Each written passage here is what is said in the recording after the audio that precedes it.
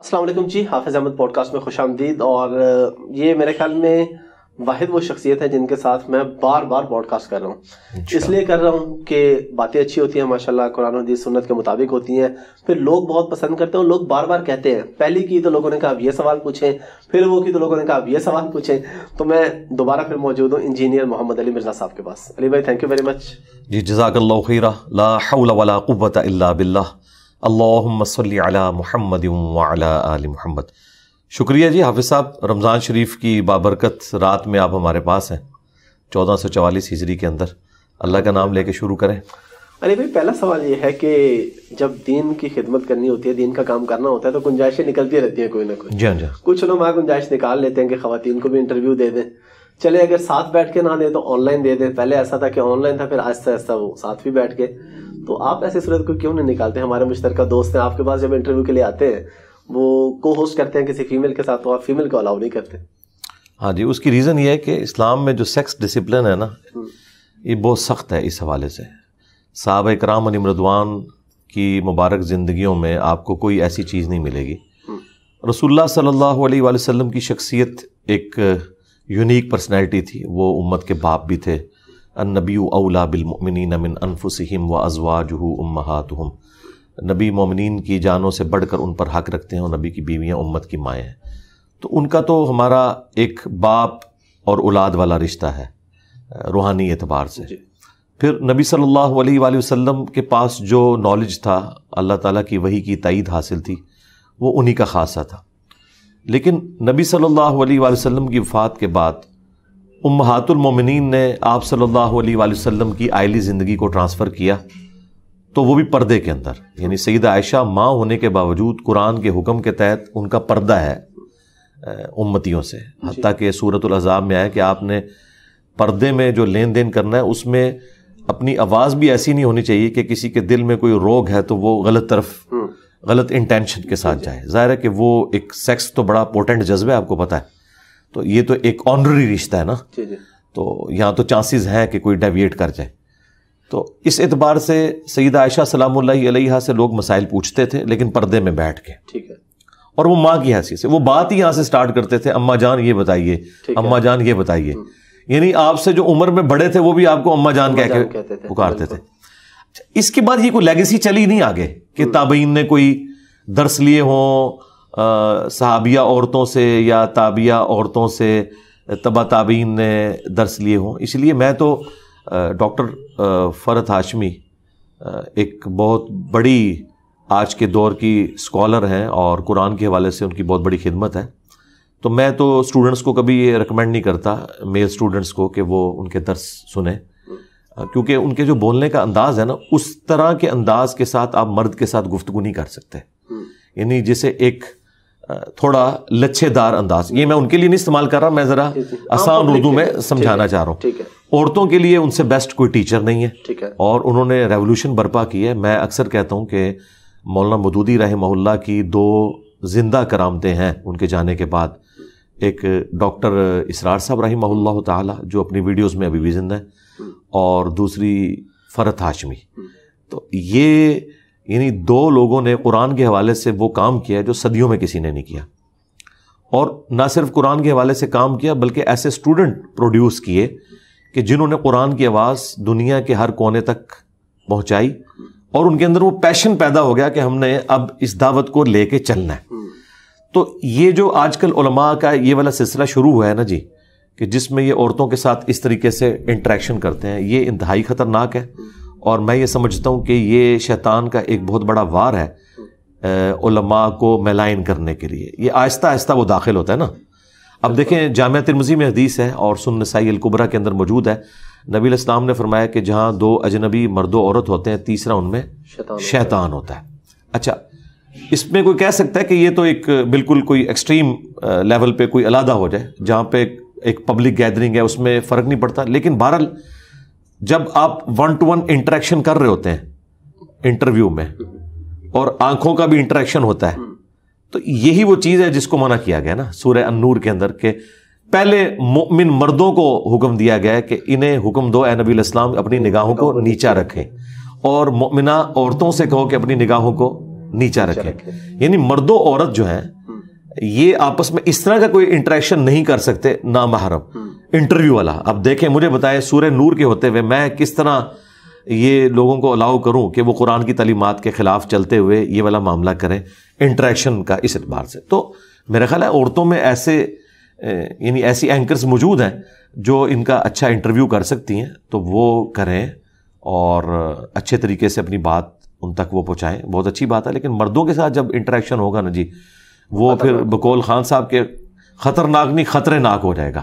اور وہ بات پھر آگے یعنی ایک اس طریقے سے اس میں شیطان داخل ہوتا ہے کہ باقی لوگ پھر جو باتیں کرتے ہیں اور پھر دل کا روگ جو ہے وہ بعض اوقات سامنے آنا شروع ہو جاتا ہے. ظاہر ہے شیطان تو ہر ایک بندے کے ساتھ اٹیچ ہے نا. تو اس اعتبار سے آپ دیکھیں اسلام میں عورت کی آواز کا بھی مرد کے پوائنٹ آف ویو سے پردہ ہے. بخاری مسلم میں حدیث ہے, اگر مرد امام بھول جائے گا تو مرد اسے سبحان اللہ کہہ کے غلطی پر مطلع کریں گے, اور عورتیں سبحان اللہ نہیں کہیں گی, تصفیق ہاتھ پہ ہاتھ ماریں گی. اب مجھے بتائیں سبحان اللہ کہنے کی بھی ممانعت ہے, اس میں بھی آواز کا بلند کرنا عورت کے لیے مردوں کی موجودگی کے اندر یہ منع ہے. تو آپ سیکس ڈسپلن کا اندازہ لگا سکتے ہیں. فرائیڈ نے تو کچھ عرصہ پہلے ہمیں بتایا نا کہ سب سے امپورٹنٹ جذبہ سیکس کا ہے, لیکن اسلام نے تو بہت عرصہ پہلے کہہ دیا زین للناس حب الشہوات من النساء. اس میں کوئی عورتوں کی تذلیل نہیں ہے, ان کے لیے آنر ہے کہ عورت اللہ تعالیٰ نے ایک اٹریکٹفل چیز بنائی ہے, اسی لیے اسے پردے کا حجاب کا حکم دیا گیا, یہ اس کے لیے آنر ہے. یعنی مرد کے ساتھ اگر اسے کمپیئر کیا جائے تو وہ اسے پازیٹیولی اس اعتبار سے دیکھے. عورت کا مطلب ہی ہے پردے کی چیز. ہم کہتے ہیں ستر عورت, مرد کی چھپانے کی چیز, تو چھپانے والی عورت کا مطلب ہی چھپانے کی چیز ہے. تو یہ عورت کے لیے آنر ہے کہ مرد اس کے لیے کما کے لاتا ہے, اسے گھر میں ایک ملکہ بنا کے رکھتا ہے. تو میرا خیال ہے اللہ تعالیٰ نے اسے اتنا بڑا سٹیٹس دیا ہے تو وہ اس کو اویل کرے.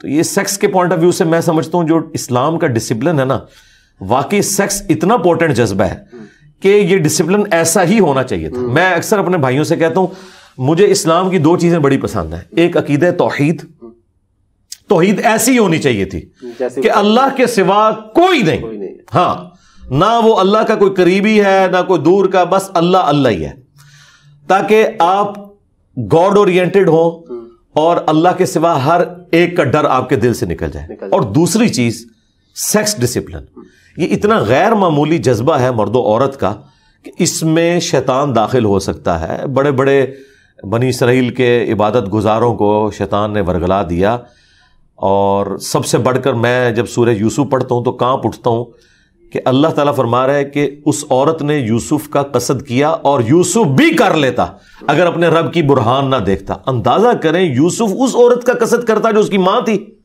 منہ بولی ماں تو تھی. مجھے بتائیں جس عورت نے کسی بچے کو پالا ہوتا ہے چھوٹی عمر سے, وہ بچہ اسے ماں کی نظر سے ہی دیکھتا ہے. بالکل. لیکن اللہ تعالیٰ فرما رہا ہے یہ اتنا غیر معمولی جذبہ ہے کہ وہ یوسف بھی قصد کر لیتا اگر اپنے رب کی برہان نہ دیکھتا. اور پھر اللہ تعالیٰ فرمایا وہ ہمارے مخلص بندوں میں سے, یعنی چوزن پیپل تھے. ایک ہے مخلص, اخلاص شو کرنے والا, وہ مخلص تھے.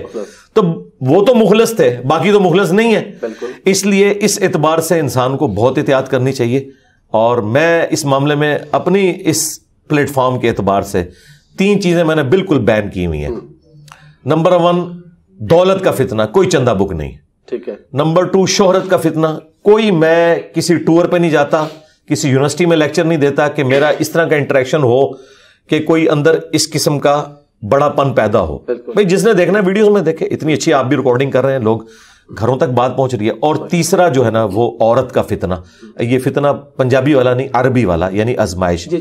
اور اگر آپ ان 3 فتنوں سے بچ جائیں, زمین و آسمان کے سارے شیاطین مل کے آپ کو ڈی ٹریک نہیں کر سکتے. یہ میرا دعویٰ ہے الحمدللہ. زبردست. علی بھائی ایک اور چیز جو ہم نے سنی آپ سے کہ مرد کو حکم ہے نگاہ نیچی رکھنے کا. جی. اگر مرد عورت کو دیکھتے تو وہ گناہ گار ہوتا ہے, بد نظری ہے. لیکن آپ کے ہاں شاید کچھ ایسا آپ بتاتے ہیں کہ اگر عورت اس طرح دیکھے تو وہ گناہ گار نہیں ہے, اس کو اس طرح سے بد نظری کا گناہ نہیں. ہاں جی, وہ اس اعتبار سے ہے کہ جو عورتیں ہیں نا, ظاہر ہے کہ وہ اللہ تعالیٰ نے ان کو اٹریکٹفل بنایا. اگر اس طرح کا کوئی ایشو ہوتا نا تو مردوں کو بھی حجاب کروایا جاتا, نہیں کروایا جاتا. لیکن اس میں عورت میں اگر شہوت آ جائے نا تو وہ نہ کسی میل ٹیچر کی ویڈیوز دیکھ سکتی ہے, یہ ذہن میں رکھیں. پھر اس کے ساتھ وہ ایلیمنٹ شروع ہو جائے گا. ٹھیک ہے. لیکن مرد جو ہے نا, ان اینی کیس چاہے شہوت انیشلی ہو یا نہ ہو, اس نے عورت کو نہیں دیکھنا, اس سے بات نہیں کرنی, الا یہ کہ اب جس طرح کسٹمر ڈیلنگ ہے وہ ایک الگ چیز ہے, اور باقی معاملات وہ یعنی ایکسیپشنز ہیں, وہ اپنی جگہ موجود ہے. کہہ سکتا ہے کہ جی میری نظر صاف ہے, میری نیت صاف ہے. نہیں, ناٹ ایٹ آل. اور مجھے بتائیے, یہ جو آپ کو پاکیزہ رشتے بنا کے پیش کرتے ہیں, ایک کیپٹن نے مجھے کال کی, وہ کہتا ہے جی علی بھائی مجھے ایک عورت کے ساتھ پاکیزہ محبت ہو گئی ہے. میں نے کہا یار یہ پاکیزہ محبت کون سی ہوتی ہے؟ وہ پاکیزہ محبت اس کو کہہ رہے تھے کہ ہماری اچھی دوستی ہے لیکن ہم ایک دوسرے کو ٹچ نہیں کرتے. کسی اور کے لیے پاکیزہ محبت یہ ہوگی کہ دوستی ہے اور ٹچ کرنے کی حد تک ہے, اس سے آگے نہیں بڑھتے. ہاں, تو یہ بڑھتے تھیندے بندہ تھین جاتا ہے. میں نے کہا بھائی اسلام میں جو پاکیزہ دوستی ہے وہ میاں بیوی کا رشتہ ہے. سنن ابن ماجہ میں حدیث ہے, تم نے کوئی بھی دو محبت کرنے والے میاں بیوی سے بڑھ کر نہیں دیکھے ہوں گے. تو نبی علیہ السلام نے جو رشتہ بتایا وہ تو میاں بیوی کا ہے. اس طرح کا تو کوئی رشتہ نہیں ہے جی پلانٹ ارتھ پہ. سب سے اسٹرانگ, مضبوط, بلکہ جسے وہ ہمارے استاد ڈاکٹر جاوید غامدی صاحب, ڈاکٹر تو میں آنری طور پہ انہیں کہہ رہا ہوں, وہ فرماتے ہیں نا کہ یہ خدائی رشتہ ہے ایک زمین کے اوپر. ظاہر ہے کہ یہ آپ کا جو خاندانی سسٹم ہے وہ سارے کا سارا اسی کے ساتھ جڑا ہوا ہے نا. تو یہ ایک رشتہ اللہ تعالیٰ نے رکھا ہے, تو اس رشتے کو آپ انجوائے کریں. اللہ تعالیٰ قرآن میں فرما رہا ہے تمہاری بیویاں تمہاری کھیتیاں ہیں, وہ تمہارا لباس ہے, تم ان کے لباس ہو. یعنی لباس اور انسان کا کوئی پردہ نہیں ہے. یہ ایسی بہترین انداز میں اس رشتے کو بتایا گیا ہے کہ اس کے بعد تو کسی اور دوستی کی ضرورت ہی نہیں, میں کہتا ہوں. اچھا ضمن اس سے مجھے ایک بات یاد آ گئی. لاسٹ ٹائم آپ کے ساتھ ڈسکس ہوا تھا ساس اور بہو کے رشتے کا. ہمارے لاہور میں ایک مسجد ہے, اس کے ایک امام صاحب ہے, انہوں نے بیان کیا جمعے میں اسی حوالے سے کہ جی ساس بہو کا رشتہ جو ہے یہ کوئی ایسا نہیں ہے اور بہو علیحدہ رہ سکتی ہے. وہ اس کے بعد پھر جو لوگوں نے, اس محلے کے کچھ لوگوں نے اس مولوی صاحب کے ساتھ حشر کیا اور پھر اس مولوی صاحب کے اس بات پہ قائل کر لیا کہ یہ باتیں دین کی بتانے والی نہیں ہوتی. تو یہ ہم کیسے فیصلہ کریں گے کہ کون سی بات بتانے والی ہے اور کون سی بتانے والی نہیں ہے؟ چلیں, یہ اگر بات بتانے والی نہیں تھی تو اس کے ایکویلنٹ جو انہوں نے بات بتائی ہے وہ تو ہے ہی کوئی نہیں تھی. تو یہ تو انہوں نے بدعت کی, دین کے اندر خود سے ایک چیز داخل کر دی. یعنی اس کے الٹ پھر انہوں نے بتایا ہوگا نا کہ یہ کریں. جی جی. تو جو چیز نہیں تھی وہ عوام کے ڈر سے آپ نے خود دین میں داخل کر دی, اور جو دین نے آپ کو بتائی تھی وہ آپ نے چھوڑ دی. تو سرکار یہی تو آپ کا امتحان ہے, دینداری اسی کا تو نام ہے, یہی تو آپ کا چیک تھا. تو وہ معذرت کے ساتھ وہ عالم صاحب فیل ہو گئے. اچھا, یہ جو ساس بہو کا جو رشتہ ہے اس کا قطعاً یہ مقصد نہیں ہے کہ بہو نے ساس کے بیٹے کو اغوا کر کے سائڈ پہ ہو جانا ہے. اس کے ساتھ ہم پیرلل میں بتاتے ہیں کہ بھائی یہ جو عورت ہے ساس, وہ اپنے بیٹے پر اس کی بیوی سے زیادہ حق رکھتی ہے. عورت پہ سب سے زیادہ حق اس کے خاوند کا ہے اور مرد پہ سب سے زیادہ حق اس کی ماں کا ہے. بخاری مسلم میں حدیث ہے, پہلے 3 حق اس کے ہیں, چوتھا باپ کا ہے. اچھا, لیکن عورت پہ اس کے خاوند کا ہے, کیونکہ ابو داؤد میں حدیث ہے اگر میں سجدہ جائز سمجھتا تو بیویوں سے کہتا کہ اپنے خاوندوں کو سجدہ کریں. یہ الگ ہونے کا قطعاً یہ مقصد نہیں ہے کہ کوئی مرد اپنے ماں باپ کو گلنے سڑنے کے لیے چھوڑ دے, ان کے ساتھ حسن اخلاق سے پیش نہ آئے, نعوذ باللہ وہ بیمار ہو جائیں وہ انہیں ہاسپٹل نہ لے کے جائے, ان کی تیمارداری نہ کرے. یہ بالکل نہیں ہے, یہ سارا کچھ مرد نے کرنا ہے. لیکن مرد کی بیوی نے نہیں کرنا, مرد نے کرنا ہے, چاہے وہ جس طریقے سے بھی کرے. اگر وہ یہ سمجھتا ہے کہ میری بیوی کرے تو ٹھیک ہے, پھر کچھ دو کچھ لو, آپ جا کے اپنی بیوی کی ماں کی خدمت کرنے شروع کر دیں. تو آپ اس طرح کا اگر کوئی ایگریمنٹ کرنا چاہتے ہیں آپس میں تو وہ ضرور کریں, اس پہ کوئی بائنڈنگ نہیں ہے. لیکن ہم یہ سمجھتے ہیں کہ اس وقت یہ جو ساس بہو کا رشتہ ہے نا جی, یہ سب سے خطرناک قسم کا رشتہ ہے. اس کی وجہ سے لوگوں کے گھر بھی اجڑ جاتے ہیں اگر ساسیں صحیح طریقے سے ڈیل نہ کریں. اور اس میں میجورٹی قصور ساسوں کا ہوتا ہے. وہ کہتی تو ہیں کہ یہ بیٹی ہے میری. دیکھیں, بیٹے کی شادی کرنے سے پہلے عورتیں اپنے خامدوں کے ساتھ لڑتی ہیں اپنی بھانجیوں اور بھتیجیوں کے حق میں.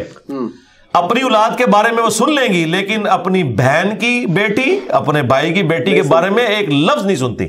لیکن اسی بیٹی کو جب بیاہ کے لاتی ہیں نا تو سب سے بڑی چڑیل وہی والی اس کی خالہ اور پھوپھی بن جاتی ہے.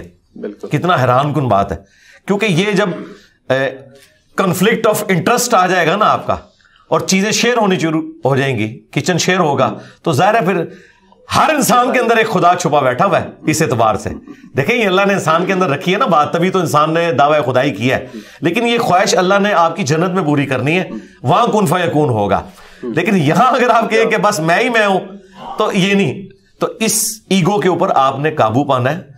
آپ دیکھیں آج تک کسی عورت نے محلے کی بوڑھیوں کے سامنے اپنی سگی بیٹیوں کی شکایت نہیں کی کہ میری بیٹی تو چھٹی والے دن سوئی رہتی ہے اور 11 بجے اٹھتی ہے, لیکن بہو بیچاری 9 بجے بھی اٹھے تو پورے محلے کو بتاتی ہے. تو یہ کس طرح وہ دعویٰ کرتی ہے کہ میں اسے بیٹیوں کی طرح ٹریٹ کرتی ہوں؟ اور پھر ذرا اسی ساس سے پوچھیں کہ تمہاری جو بیٹی ہے اس کا شوہر کیسا ہونا چاہیے, تو وہ تو کہے گی کہ رن مرید ہو. بالکل. تو بس پھر جو اپنے لیے پسند کرتے ہو, بخاری مسلم میں ہے, وہی دوسرے کے لیے بھی پسند کرو. یہ ایمان کی ایک بنیادی علامت ہے. تو میرا خیال ہے انسان اپنے آپ کو دوسری جگہ پہ رکھ کے دیکھے نا, تو اللہ کے فضل سے انسان اپنا جب آئینے میں منہ دیکھتا ہے نا, اسے پتہ چل جاتا ہے کہ میں کہاں پر غلط ہوں. سیدھی سی بات ہے جی. اچھا علی بھائی, اسلام میں سلام کا کافی کہا گیا ہے, تو سلام اور مسافے کا آپس میں کیا تعلق ہے؟ مسافہ ایک ہاتھ سے ہے, 2 ہاتھ سے ہے؟ جس طرح ہم اکثر دیکھتے ہیں کہ اگر 2 ہاتھوں سے نہیں کیا تو وہ جی گستاخی ہے, یا سنت کے مطابق, حدیث کے مطابق کیا ہے؟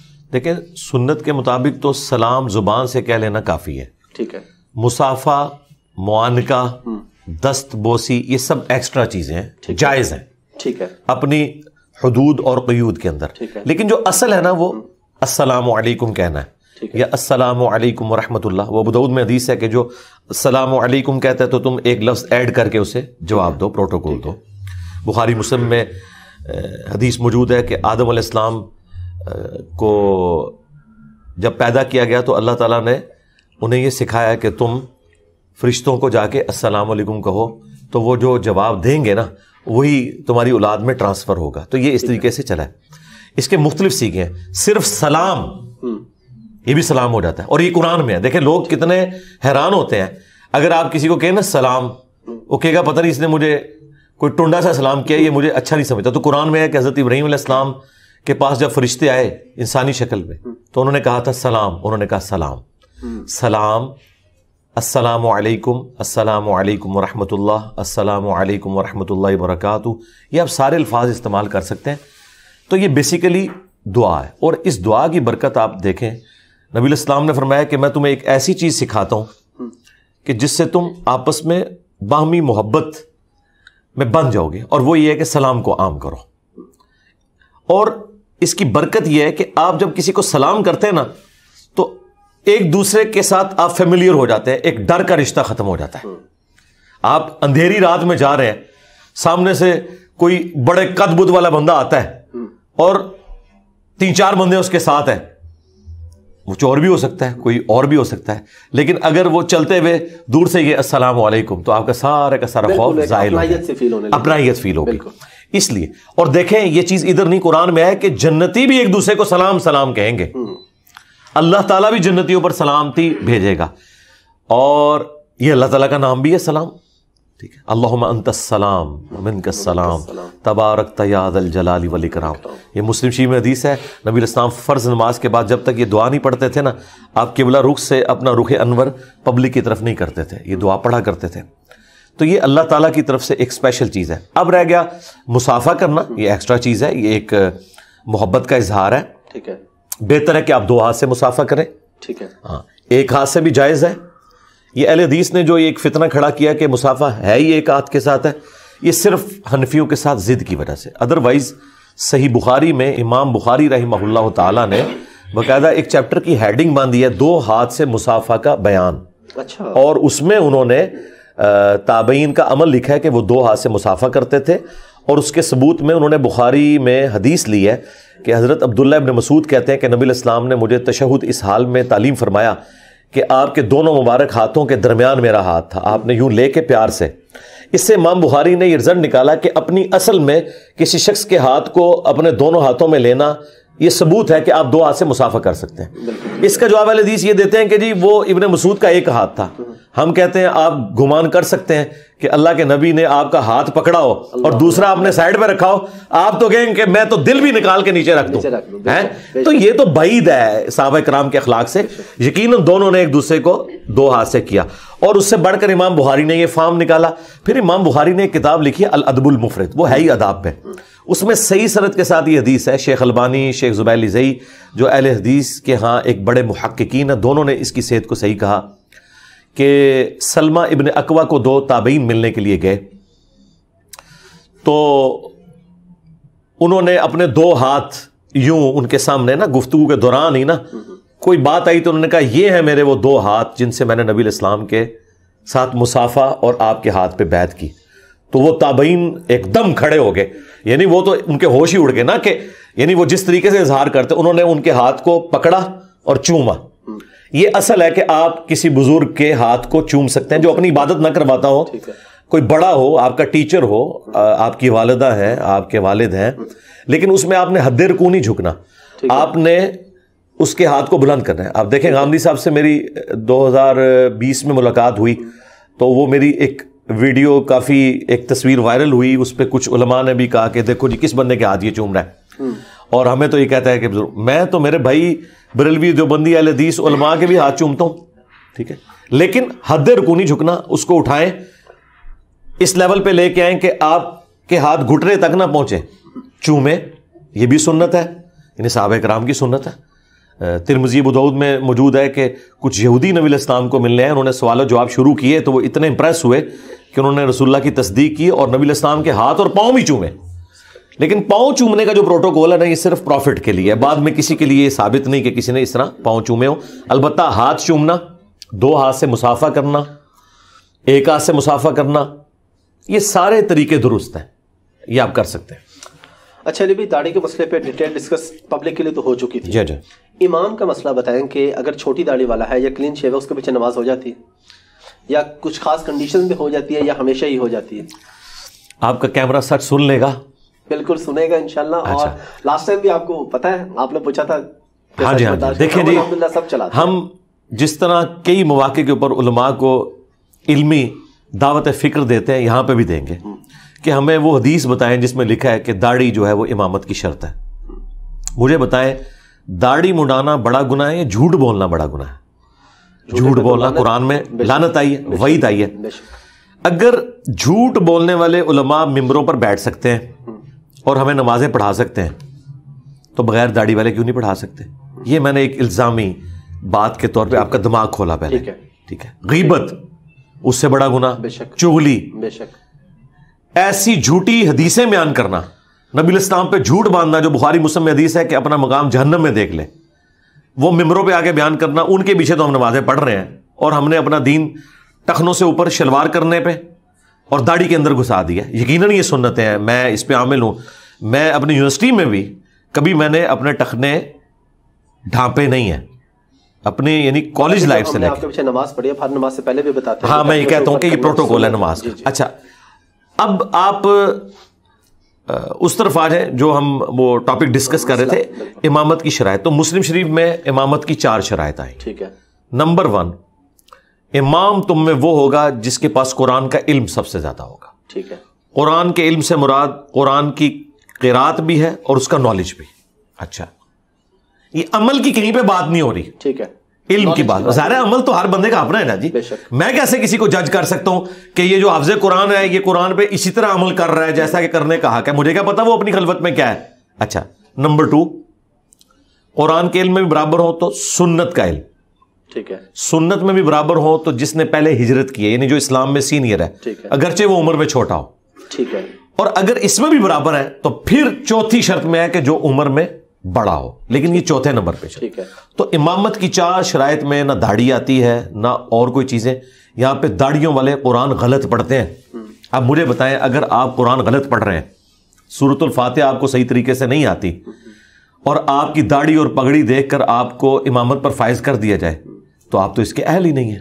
اس کی بجائے اگر آپ کلین شیو ہیں اور قرآن آپ کو اچھا آتا ہے تو آپ اہل ہیں. اچھا, یہ ساری بیماری سب کانٹیننٹ کی ہے. عربی کبھی نہیں دیکھتے داڑھی ہے یا نہیں ہے. ہاں سعودی عرب میں آپ چلے جائیں, اس لیے کہ میرے بھائی وہاں دین گوالوں نے نہیں نا پہنچایا, وہاں ڈائریکٹ دین آیا ہوا ہے.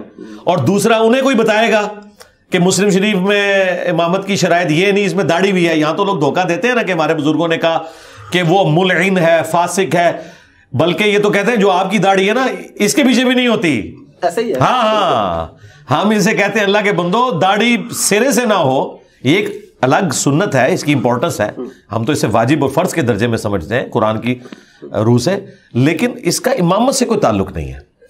امام وہ شخص ہوگا جو قرآن اچھا جانتا ہے, قرآن اچھا پڑھتا ہے, اچھے طریقے سے نماز پڑھتا ہے. میں تو یقین کریں کوئی آر محسوس نہیں کرتا. یہ غامدی صاحب سے جب ملاقات ہوئی تو میں نے کہا سر آپ نماز پڑھائیں, تو انہوں نے بڑا ایک ان کا سینس آف ہیومر بھی بڑا اچھا ہے. تو میں نے کہا میری آپ کے پیچھے ہو جائے گی, ٹھیک ہے نماز ہو جائے گی. تو انہوں نے کہا کہ انجینئر صاحب میری آپ کے آگے نہیں ہوگی. اچھا انہوں نے ریبٹل کیا مجھے. تو میری تو خواہش ہے کہ جب بھی کوئی آتے ہیں ہمارے پاس یہاں پہ گیسٹ وغیرہ اور اس طرح اسپیشل امامت کے لیے میں ان کو آگے کرتا ہوں, اسپیشلی کرتا ہوں, کبھی آر نہیں محسوس کی. آپ کی اس بات سے مجھے یاد آ گیا کہ کچھ علماء کے ہاں یہ ہے کہ جس کی فار ایگزامپل میری جتنی داڑھی ہے تو میرے والی اور میرے سے کم والے کی میرے پیچھے ہو جائے گی, بڑی والے کی نہیں ہوگی. سرکار ہم یہ کہہ رہے ہیں یہ جو آپ نے کہانیاں بنائی ہوئی ہیں, کورالڈیز بناتے ہیں, یہ کون بیٹھ کے آپ کو پڑھاتا ہے؟ کہیں لکھی تو ہونی چاہیے نا, یہ لکھی ہوں گی ان کے بزرگوں کی کتابوں میں. اور بھائی ہم تو آپ کے بزرگوں سے تو اختلاف رکھتے ہیں کہ انہوں نے دین میں خود سے چیزیں داخل کی ہیں. دیکھیں دین وہ شخص بتائے گا جو ہمارا امام ہے, محمد رسول اللہ صلی اللہ علیہ وآلہ وسلم, اور وہ قیامت تک کے لیے ہمارے امام ہیں. ٹھیک ہے جدید سائنٹیفک فیکٹس میں وقت کے ساتھ ساتھ چیزیں ایکسپلور ہوتی ہیں, لیکن دین کے جو مسائل ہیں وہ تو فریز ہیں نبی علیہ السلام کی مبارک زندگی میں, دین مکمل ہو گیا.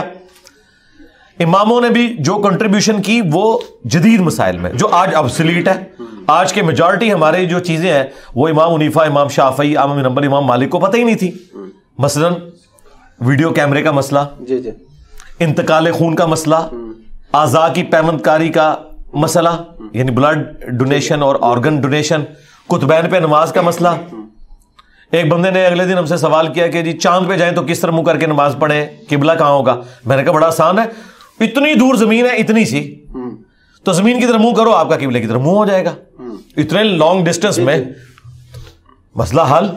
قطبین پہ نماز کیسی ہوگی؟ مسلم میں حدیث ہے جب دجال آئے گا تو پہلا دن 1 سال کا ہوگا, دوسرا 1 مہینے کا, تیسرا 1 ہفتے کا, اور اس کے بعد نارمل. تو صحابہ نے کہا کہ ہم اپنی نمازوں کا کیا کریں گے؟ آپ نے فرمایا اندازہ مقرر کر لینا.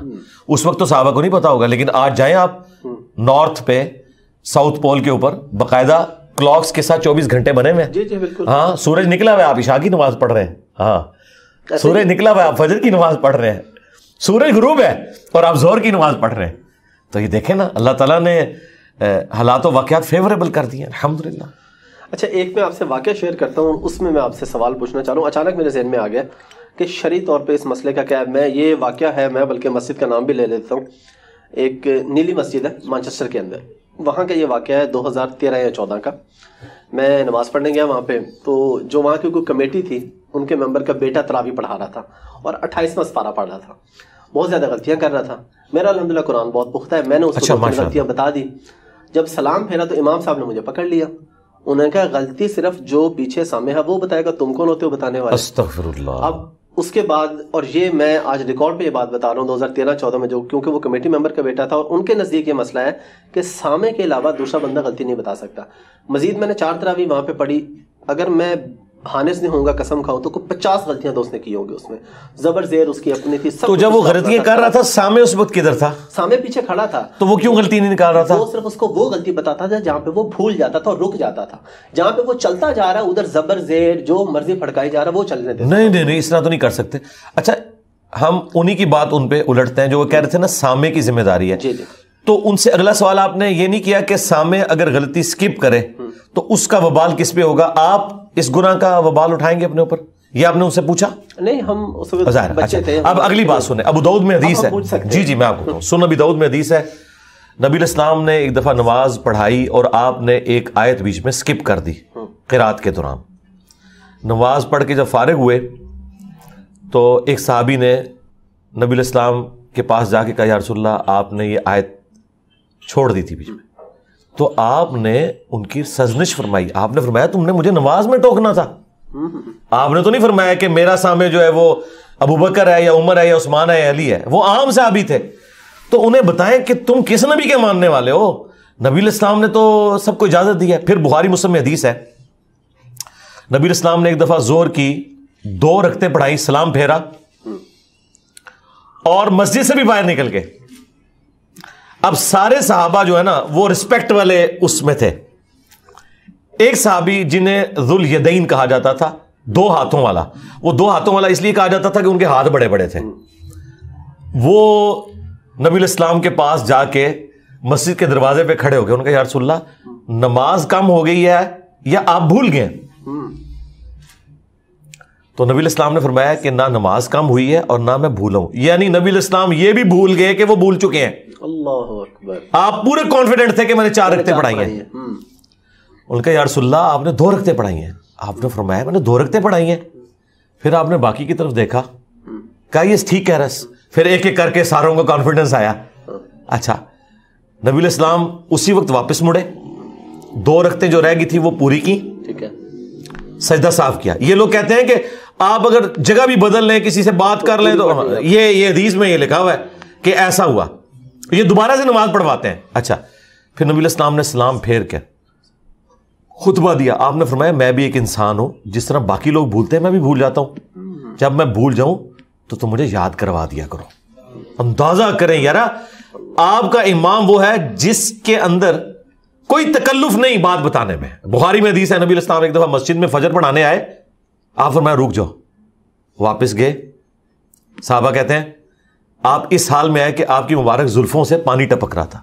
اہل حدیث نے یہ حدیث یہ بتانے کے لیے رکھی ہوئی ہے کہ حضور ننگے سر نماز پڑھ رہے تھے.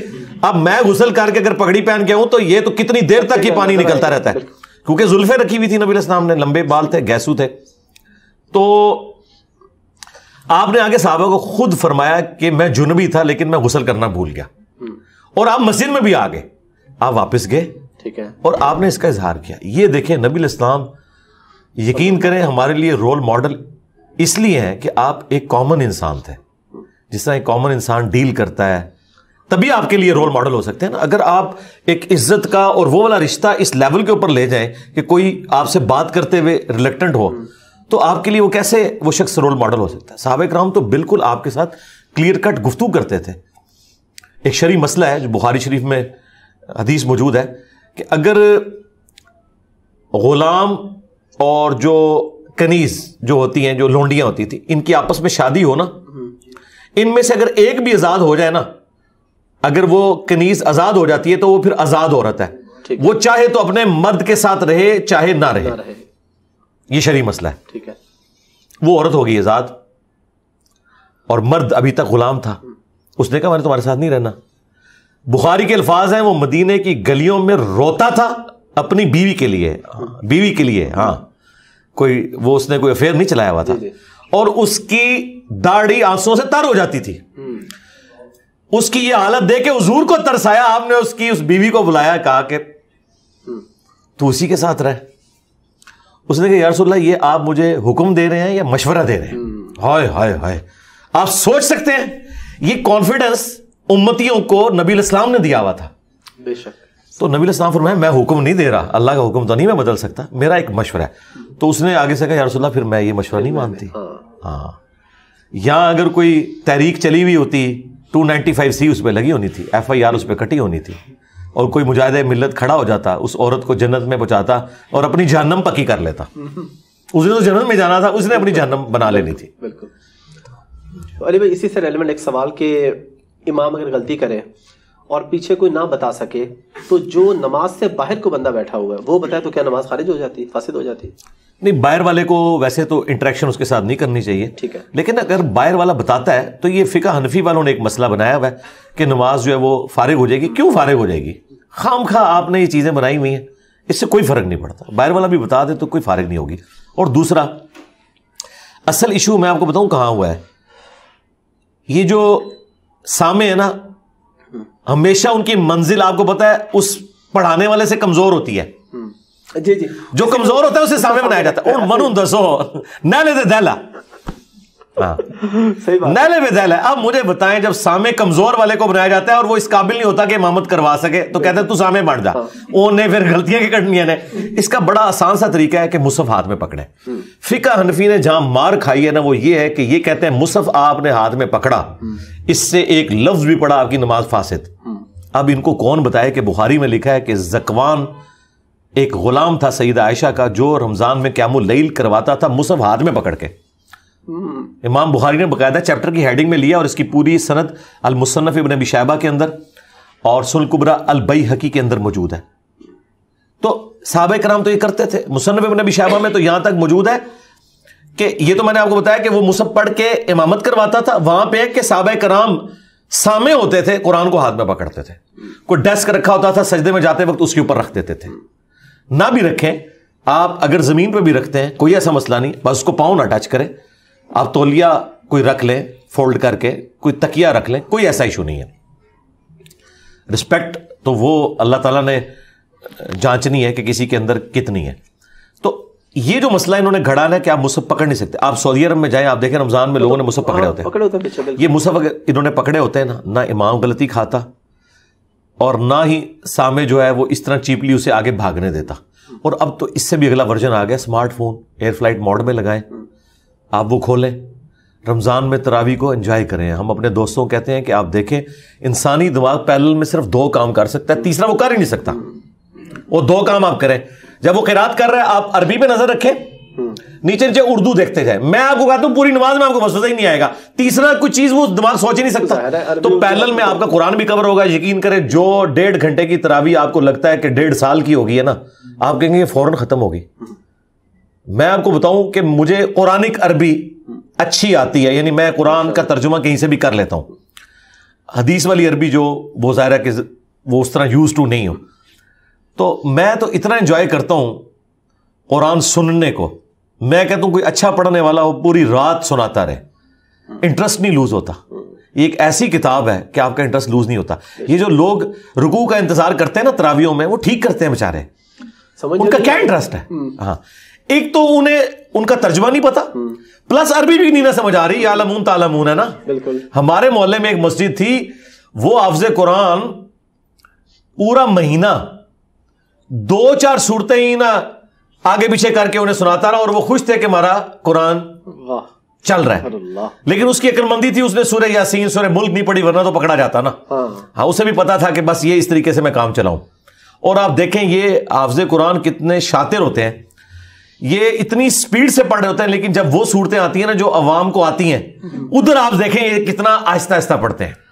ہاں, ان کی چلاکیاں آپ کبھی غور کریں. انہیں پتا ہے کہ یار یہاں تو سارے کہیں گے کہ چلو یار یہ تو سانو صورت آندی سی, یہ تو پتا لگے کہ میں پڑھتا ہے, لیکن انہیں نہیں پتا لگتا.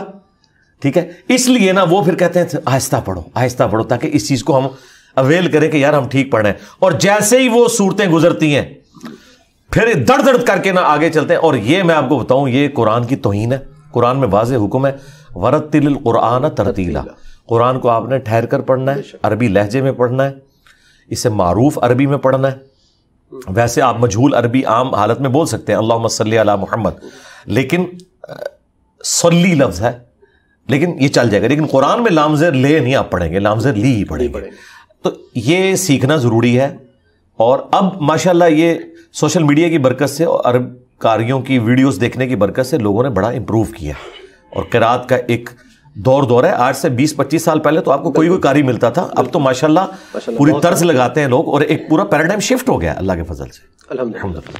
اچھا علی بھائی, آئی وی ایف اور آئی او اے جو ٹریٹمنٹ ہے ایک مرد اور عورت کے سپرم کو ملا کے بچہ پیدا کرنا, اس کے بارے میں شرع حکم کیا ہے؟ اور ابھی ٹیکنالوجی یہ بھی ہے کہ آپ اپنی مرضی سے جنس بھی سلیکٹ کر سکتے ہیں, لڑکا یا لڑکی. جی کریں, ضرور کریں. جائز ہے کہ ناجائز؟ جی کیوں ناجائز کیوں ہوگا؟ ناجائز کہنے کے لیے کوئی دلیل چاہیے.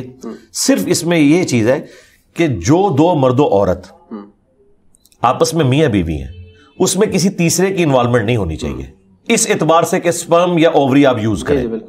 تیسرے کی انوالومنٹ یہ ہو سکتی ہے کہ یہاں سے سپرم لیا, یہاں سے اووری, اور اس کو ملا کے کسی کنٹرول انوائرمنٹ میں رکھا, اور جب وہ میچور ہو جائے ایمبریو اور دوبارہ سے وہاں رکھ دیا, بالکل ٹھیک ہے. لیکن رکھنا ادھر ہی ہے, ٹھیک ہے, کسی تیسری عورت کا والا معاملہ نہ ہو, تو پھر کوئی حرج نہیں ہے. یہ اللہ تعالیٰ نے آپ کو ٹیکنالوجی دی ہے, آپ اسے یوٹیلائز کریں.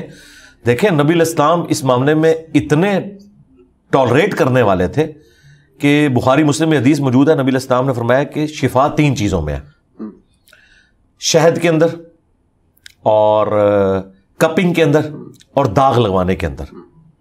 لیکن نبی علیہ السلام نے فرمایا میں تمہیں داغ لگانے سے منع کرتا ہوں.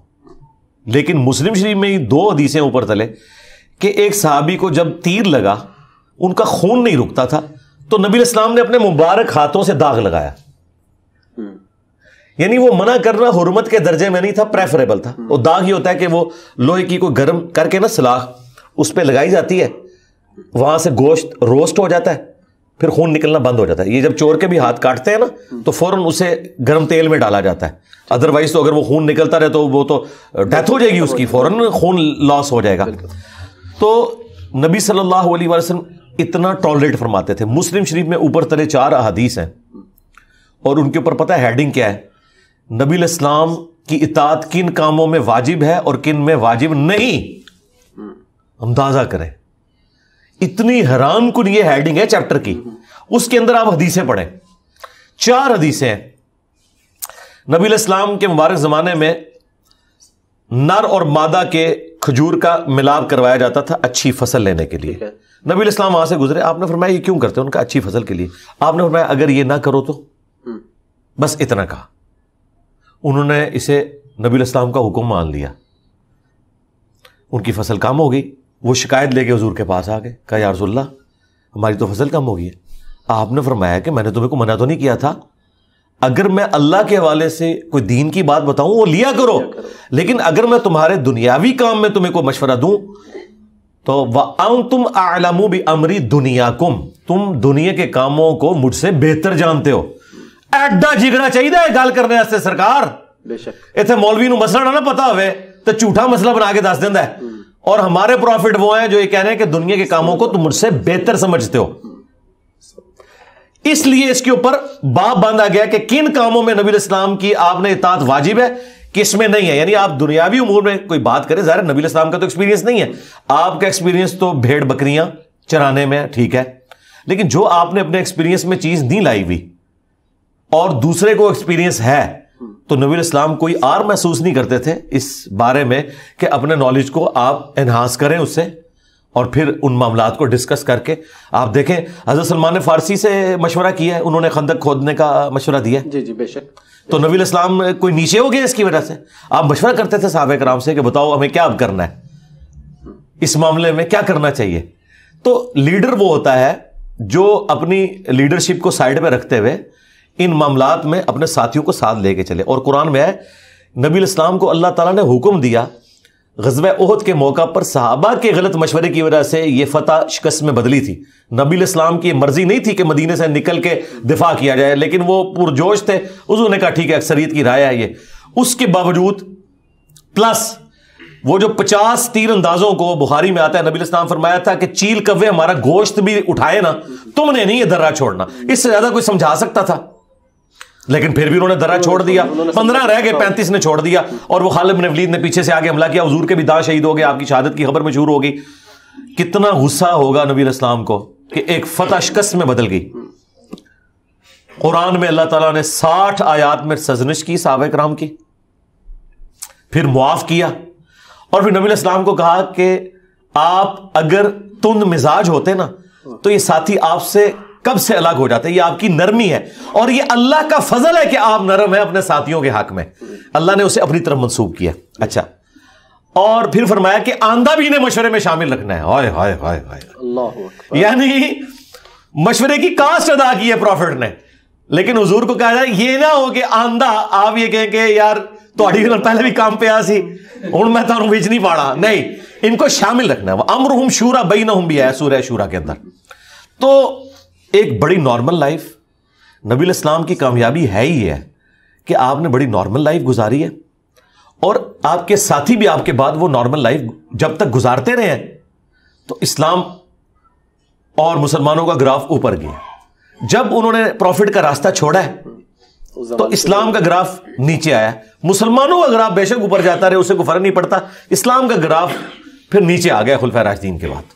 تو اس میں یہ تو آپ نے ڈیٹیل سے بتا دیا, تو جنس چوز کرنا بھی بالکل ٹھیک ہے. جی جی ٹھیک ہے, کر سکتے ہیں, آپ کا رائٹ ہے, کیوں نہ کریں. ٹھیک ہے, دعا نہیں کرتے ہم کرتے. اگر حضرت زکریا کے پاس کوئی آپشن ہوتا نا تو اسے اویل کرتے. انہوں نے بیٹا مانگا, اولاد یعقوب کا وارث, ٹیمپل آف سلیمان میں اسے وہاں پر ایک آج کے اعتبار سے سمجھ لیں کہ گدی نشین اس خانقاہ کا, جہاں توحید کی وہ بات کرے. حضرت عیسیٰ ابن مریم کی تصدیق کرنے والے تھے وہ, تو بیٹا مانگ کے لیا نا, یہ آپ کا رائٹ ہے, آپ کریں. اللہ تعالیٰ نے آپ کو ریسورسز دیے ہیں تو ضرور کریں, ضرور کریں. علی بھائی, اسلام کے اندر اس وقت میں صحابہ کرام کے دور میں, نبی کریم صلی اللہ علیہ وسلم کے دور میں کسی کے گھر جانے یا ملنے کے کوئی آداب ہمیں بتائے گئے ہیں کہ اجازت لے کے یا کوئی دستک کا, اور اسی کو اگر ہم آج کے دور میں ریلیٹ کریں تو کوئی کال کرنے کے بھی آداب ہے, کال یا میسج کرنے کے؟ میرے بھائی, اگر آپ کو اسلام کے ایتھکس بتائے جائیں نا تو سب سے پہلے مولوی آپ کے خلاف ہو جائیں گے کہ یہ کون سا اسلام ہے, تو انتہائی بد اخلاقی پہ مبنی ہے. بخاری مسلم میں حدیث ہے کہ جب کسی کے گھر جاؤ 3 دفعہ اجازت مانگو, جواب ملے تو ٹھیک, ورنہ واپس چلے جاؤ. یعنی جواب کے بھی آپ پابند نہیں ہے اندر بیٹھا ہوا شخص, ٹھیک ہے, ہاں کوئی پابند نہیں کہ وہ بتایا کہ میں نہیں ملنا چاہتا یا میں ہوں یا نہیں. آپ نے 3 دفعہ نوک کیا, دیٹس آل. یہاں کہتے ہیں جی جب تک وہ جواب نہیں دیتا میں نوک کرتا رہوں گا, یہ حرام ہے, یہ اس کا رائٹ ہے, سیدھی سی بات ہے. اور یہ موبائل ایک کال دیں جی میرے بھائی بس. یہ جو گھر جا کے 3 دفعہ نوک ہے نا, وہ تو سمجھ آتی ہے کہ اہل خانہ دور ہوں گے, وہاں آواز نہیں پہنچی یا کسی کام میں مشغول ہوں گے, تو آپ 3 دفعہ بیل دے لیں, تھوڑا انتظار کر لیں. موبائل میں تو ایسا کوئی مسئلہ نہیں نا, اس میں تو ایک بیل بھی چلی جائے تو وہ ریکارڈ میں آ جائے گی. اگر اس کو آپ سے اتنا کوئی عشق ہوا, آپ سے کوئی محبت ہوئی اور آپ کی وہ عزت کرنے والا ہوا, ہو سکتا ہے وہ آپ کے شر سے وہ بچ رہا ہو, آپ 10 کالیں بھی کریں وہ نہیں سنے گا. تو یقین کریں جن کے ساتھ آپ کا چاہت کا رشتہ ہوتا ہے, وہ ایک مس کال بھی آ جائے نا, چھوٹی سی بھی معصوم سی, آپ خود کال کرتے ہیں. میرا خیال ہے بلکہ مس کال کی بھی ضرورت نہیں, ایک ٹیکسٹ میسج پھینکیں, کوئی مسئلہ نہیں. یہ بار بار کالیں کرنا یہ تکلیف دینا ہے. اور ایک اور بدتمیزی جو میں اپنے بھائیوں کو ہائی لائٹ کرتا ہوں, یہ اتنی بڑی بدتمیزی ہے کہ ایک بندہ آپ کو ملنے آیا, آپ موبائل میں لگے ہوئے, وہ آپ سے باتیں کر رہا ہے, اور پھر وہ جب پوچھتا ہے نا کہ ہاں جی وہ اس کو کوشچن کرتا ہے, تو وہ بندہ کہتا ہے ہیں کیا کہہ رہے ہیں, کیا میں کہتا ہوں سر. تو میں اسی لیے کہتا ہوں یار موبائل سائڈ پہ رکھو, تمہیں میں نے آنر دی ہے, تمہارے پاس آ کے بات کرو. میرے آفس میں بھی ایسا ہوتا تھا, میں اپنے جونیئرز کے ٹیبلز پہ جا کے ان سے ڈسکشن کے لیے, اب ان کا فون آ گیا 10 منٹ سن رہے ہیں, تو میں نے کہا اس سے بہتر تھا بھائی میں بھی تمہیں فون ہی کر لیتا. جو فزیکلی ہے اس کی امپورٹنس ہے. آپ کو کوئی فون کر رہا ہے روک دیں اس کو, سائلنٹ لگائیں. بالکل سب سے پہلا رائٹ وہ ہے جو فزیکلی آپ کے پاس آیا ہے. وہ جو فون پہ بات کر رہا ہے بعد میں بھی کر لیں گے, اس کا مطلب ہے کہ اسے بھی آپ کے پاس نہیں آنا چاہیے تھا, فون ہی کھٹکانا چاہیے تھا. ایسا نہ کریں, ڈیو رسپیکٹ دیں, پہلی پرائورٹی اس کی ہے. اور یہ میں ڈیڈکٹ کرتا ہوں بخاری مسلم کی وہ حدیث کہ نبی السلام نے فرمایا کہ جو سوار ہے وہ پیدل والے کو سلام کرے گا, اور جو پیدل چل رہا ہے وہ بیٹھے ہوئے کو سلام کرے گا. پروٹوکول ہے نا. ادھر بھی آپ اس کی انالوجی بنائیں نا کہ سب سے زیادہ رائٹ اس شخص کا ہے جو فزیکلی ٹائم نکال کے آپ کے پاس آیا ہوا ہے. وہ اس لیے آیا ہوا ہے کہ آپ اپنے کاروبار کی ڈسکشن کر رہے ہیں دوسرے بندے کے ساتھ, اسے تو ایک رتی برابر انٹرسٹ نہیں آپ کی بات کے اندر, اس کے ساتھ کیا تکلیف والا معاملہ ہے. ہاں اگر آپ نے کرنا ہے آپ اسے اجازت لے لیں کہ اگر آپ اجازت دیں تو میں یہ فون سن لوں, اور اگر وہ کہنا نہ سنو تو آپ نہ سنیں. بخاری میں حدیث ہے نبی علیہ السلام کی مبارک عادت تھی کہ آپ دودھ نوش فرما کے نا پھر وہ تبرک بنا کے صحابہ کرام کو دیتے تھے, اور آپ شروع کرتے تھے دائیں طرف سے. ایک دن بائی چانس یہ ہوا کہ حضرت ابوبکر بائیں طرف بیٹھے تھے اور دائیں طرف ایک بچہ بیٹھا ہوا تھا. تو نبی علیہ السلام, اب ظاہر ہے آپ نے سنت تو نہیں توڑنی تھی, آپ نے اس بچے سے کہا کہ بیٹا اگر تم مجھے اجازت دو. ان کا نا بچے بھی انہیں ٹرین, ان کا یا رسول اللہ میں اپنے اوپر کسی کو فوقیت نہیں دوں گا. تو حضور نے کہا ٹھیک ہے. یہاں ہوتا تو اس کا ابا بھی اسے سمجھانا ہوتا, اوے چپ کر بدتمیزا, ٹھیک ہے. تو آپ دیکھیں صحابہ کرام کتنے فرینک تھے, بالکل کلیئر کٹ اپنی ڈسکشن کرتے تھے, اور اپنے جو پرابلمس تھے وہ حضور کے ساتھ ڈسکس کرتے تھے. کوئی بات دل میں آئی ہے وہ ڈائریکٹ آ کے حضور سے کرتے تھے, اور نبی علیہ السلام ان کے سولوشنز دیتے تھے الحمدللہ. اسی سے یہ بات ریلیٹ ہوگی کہ صحابہ کرام نبی کریم صلی اللہ علیہ وسلم کے آنے پہ کھڑے ہو جاتے تھے, اور یہ کھڑے ہونا کیسا ہے؟ حدیث سے کوئی ثابت ہے کہ کوئی بڑا یا استاد ہے تو سب لوگ کھڑے ہو جائیں یا بیٹھے رہیں؟ ہاں, اس میں دیکھیں نبی علیہ السلام نے پرسنلی اپنے لیے اسے پسند نہیں فرمایا. اچھا, ہاں جی, لیکن اسے حرام نہیں فرمایا. ٹھیک ہے, ٹھیک ہے. ترمذی کی حدیث ہے, انس بن مالک کہتے ہیں ہم میں ایک ایسا شخص آتا تھا جو ہمیں سب سے بڑھ کر محبوب تھا, لیکن ہم ان کے استقبال میں کھڑے نہیں ہوتے تھے کیونکہ وہ اسے ناپسند فرماتے تھے. یہ الفاظ بتا رہے ہیں کہ یہ حرام نہیں تھا, وہ پرسنل ان کی ایک چوائس تھی. پرسنل چوائس کسی کی ہو سکتی ہے. اچھا, اور جامع ترمذی میں ایک اور حدیث ہے کہ نبی علیہ السلام نے فرمایا جس کی خواہش ہو کہ لوگ اس کے استقبال میں کھڑے ہوں وہ اپنا مقام جہنم میں دیکھ لے. یعنی جس کے لیے لوگ کھڑے ہو رہے ہیں نا وہ ڈیمانڈ نہ کرے, لیکن کھڑے ہونے والے کسی بڑے کو رسپیکٹ دیں گے. مجھے بتائیں اللہ کے نبی یہاں تشریف لے آئے تو میں ادھر کرسی پہ بیٹھا رہوں گا؟ یہ پاسبل ہی نہیں ہے. ٹھیک ہے, الا یہ کہ نبی علیہ السلام منع فرما دے, وہ ایک الگ بات. اچھا, پھر نبی علیہ السلام دوسروں کے لیے جو تعلیم فرماتے تھے ایٹیکیٹس وہ یہ تھے. بخاری مسلم میں حدیث ہے, سعد ابن معاذ کو غزوہ خندق کے موقع پر ایک تیر لگا, یہاں رگ ان کی وہ مین رگ جو ہے نا اس پہ تیر لگا, اور آپ کو پتا ہے وہ تو ڈیتھ بھی ہو سکتی تھی, اور اس سے ان کی ڈیتھ ہو بھی گئی. اس کو خون کو روکنے کی بڑی کوشش کی, وقتی طور پہ تھم گیا. بنو قریظہ کا انہوں نے فیصلہ کیا ان کی ڈیمانڈ کے اوپر. پھر وہ گدھے پہ آئے زخمی حالت میں, تو نبی صلی اللہ علیہ وآلہ وسلم نے انصار مدینہ سے کہا قوموا الی سیدکم, کھڑے ہو جاؤ اپنے سید کی طرف. اچھا, وہ کہتے ہیں یہ ہے قوموا الی سیدکم, قوموا لی سیدکم نہیں ہے کہ اپنے سردار کے استقبال میں کھڑے ہو جاؤ. ہم کہتے ہیں کہ وہ پھر کیوں کہا تھا, وہ کہتے ہیں اس لیے کہ نبی علیہ السلام نے ان کو کہا کہ اپنے سردار کو گدھے سے اتارو کیونکہ وہ زخمی ہے. تو وہ تو دو بندوں کی ڈیوٹی ہوتی. آپ نے پورے انصار مدینہ ان کے قبیلے کو, اوس کو کہا کہ قوموا الی سیدکم, رسپیکٹ دی. نبی علیہ السلام کی کوئی ذاتی شغف کسی معاملے میں ہو سکتی تھی. نبی علیہ السلام کئی چیزوں کو اپنی ذات کے اعتبار سے ناپسند فرماتے تھے, اس کا ہمیں پروٹوکول رکھنا ہے. لیکن جو باقی معاملات ہیں نبی علیہ السلام نے وہ اس کو حکم کے طور پر امت میں جاری نہیں کیا, تو اس پہ کوئی قدغن نہیں. مثلا نبی علیہ السلام کا یہ ذاتی شغف تھا کہ آپ دائیں جوتی پہلے پہنتے تھے. کسی حدیث میں نہیں ملے گا نبی علیہ السلام نے اسے تعلیم فرمایا ہو. اگر کوئی الٹی جوتی پہلے پہن لے کوئی گناہ گار نہیں. لیکن کھانے پینے کے بارے میں مسلم شریف میں حدیث ہے کہ کھانا دائیں ہاتھ سے کھانا ہے, بائیں سے شیطان کھاتا ہے. اب یہ حکم آ گیا, اور یہ اس درجے کا حکم ہے کہ ایک صحابی حضور کے سامنے کھانا کھا رہے تھے بائیں ہاتھ سے. نبی علیہ السلام نے فرمایا کہ دائیں ہاتھ سے کھاؤ. انہوں نے اپنی شرمندگی مٹانے کے لیے کہا کہ میرا دائیں ہاتھ کام نہیں کرتا. تو حضور کی مبارک زبان سے نکل گیا کہ اچھا پھر اب نہ ہی کام کرے. اس دن کے بعد اس کا ہاتھ نہیں اٹھا منہ کی طرف. یہ اتنی بڑی وعید ہے. کھانے پینے میں سختی ہے. باقی نبی علیہ السلام کا یہ شغف ہے کہ کرتے کی پہلے دائیں آستین پھر بائیں. ٹھیک ہے, لوگ اس میں کنفیوز ہوتے ہیں کہ جی وہ جانور قربان کرنا ہے, اور لوگ لیفٹی ہوتے ہیں وہ کہتے ہیں جی اب ہم دائیں سے کریں. تو بھائی آپ نے مسلم شریف کی حدیث ہے کہ چھری کو تیز کرو جانور کو آرام پہنچاؤ. ایک لیفٹی بندے کا کیا کام ہے کہ دائیں ہاتھ میں چھری پکڑ کے تو تکلیف میں ڈالے, اس کو ہو سکتا ہے وہ کھڑا ہی ہو جائے جانور, ہاں الٹا گلے پڑ جائے. تو وہ لیفٹی جو ہے وہ اس کا وہ رائٹ ہینڈ ہی ہے, یعنی وہ پاورفل. جس طرح ہے نا حدیث میں کہ اللہ کے دونوں ہاتھ ہی دائیں ہیں. ٹھیک ہے نا, وہاں دائیں سے مراد ہے پاورفل. اچھا, تو جو آپ نے پاورفل کام کرنا ہے وہ ایک لیفٹی پھر لیفٹ ہینڈ سے ہی کرے گا. اس کا کوئی کام نہیں بنتا کہ وہ جناب دائیں ہاتھ سے کرنے کی سنت کے اوپر عمل کر کے تو اپنے آپ کو مصیبت میں ڈالیں. مجھے بتائیں آپ سودا صرف لینے گئے ہیں, ایک وزنی چیز ہے, اور آپ کہیں جی میں دائیں ہاتھ سے اٹھاؤں گا, بجائے کہ اپنا پاؤں توڑ بیٹھے یا کسی کے پاؤں پہ گرا دیں, اور آپ وہ سنت پہ عمل کرتے ہوئے کسی کے فرض پڑھنے مشکل کر دیں, کسی کا پاؤں توڑ دیں. تو یہ کون سی آپ دین کے اوپر عمل کر رہے ہیں؟ تو آپ یہ یاد رکھیے گا وہ سنتیں جو نبی علیہ السلام نے مشروع فرمائی ہیں دین کے طور پر, وہ تو آپ کریں گے. اب کدو شریف کھانا یہ کوئی دین کا حصہ نہیں ہے, نبی علیہ السلام کی ذاتی پسند ہے. صحابہ کرام محبت کرتے تھے, کدو کھاتے تھے. لیکن اگر کسی کو ناپسند ہے تو اس کو آپ گستاخ رسول نہیں کہیں گے. جسے وہ کہتے ہیں قاضی ابو یوسف نے تلوار نکال لی تھی. یار کتنے جاہل لوگ ہو یار, کیوں اپنے بزرگوں کو بے عزت کرواتے ہو یہ بات کر کے.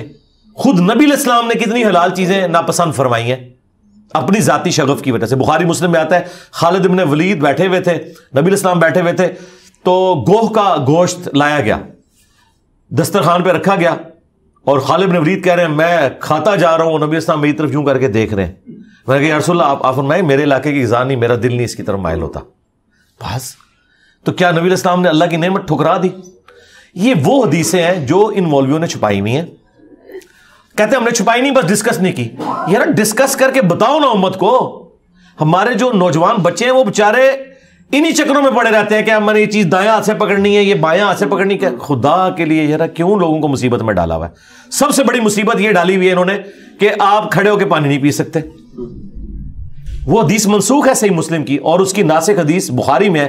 مولا علی اپنے دور خلافت میں کوفے جب شفٹ ہوئے تو انہوں نے وضو کیا, لوگوں کو وضو کا طریقہ سکھایا مسجد کے اندر, اور پھر جو بچا ہوا پانی تھا نا اس برتن میں کھڑے ہو کر پبلکلی پیا, اور کہا کہ کوفے کے لوگوں میں نے دیکھا ہے کہ تم لوگ اس چیز کو معیوب سمجھتے ہو, جبکہ میں نے اللہ کے نبی علیہ السلام کو کھڑے ہو کے پانی پیتے ہوئے دیکھا ہے. یہ حدیث ناسخ ہے اس حدیث کی کہ شروع میں تھا, بعد میں منع کر دیا. مسلم شریف میں حدیث ہے کہ شروع میں آگ پہ پکی ہوئی چیز کھانے کے بعد وضو تھا, بعد میں اس چیز سے منع کر دیا گیا اور اجازت دے دی گئی. تو نبی علیہ السلام نے, جامع ترمذی میں حدیث ہے, ابن عمر کہتے ہیں ہم نبی علیہ السلام کے مبارک زمانے میں کھڑے ہو کر کھانا بھی کھاتے تھے اور پانی بھی پی لیتے تھے, نبی علیہ السلام نے کبھی منع نہیں فرمایا. اب مجھے بتائیں, ایک بندہ دوستوں کے ساتھ واک کرنے نکلا ہے, اس بیچارے نے اپنی جیب میں چند مونگ پھلی کے دانے ڈالے ہوئے ہیں یا کچھ چنے ڈالنی ہیں, اب اس نے کھانے ہیں تو وہ تھوڑی تھوڑی دیر بعد جا کے کہیں بیٹھتا ہے اور منہ میں ڈال دیا. یار خدا کے لیے یار یہ کون سا دین آپ لوگوں کو سکھا رہے ہیں؟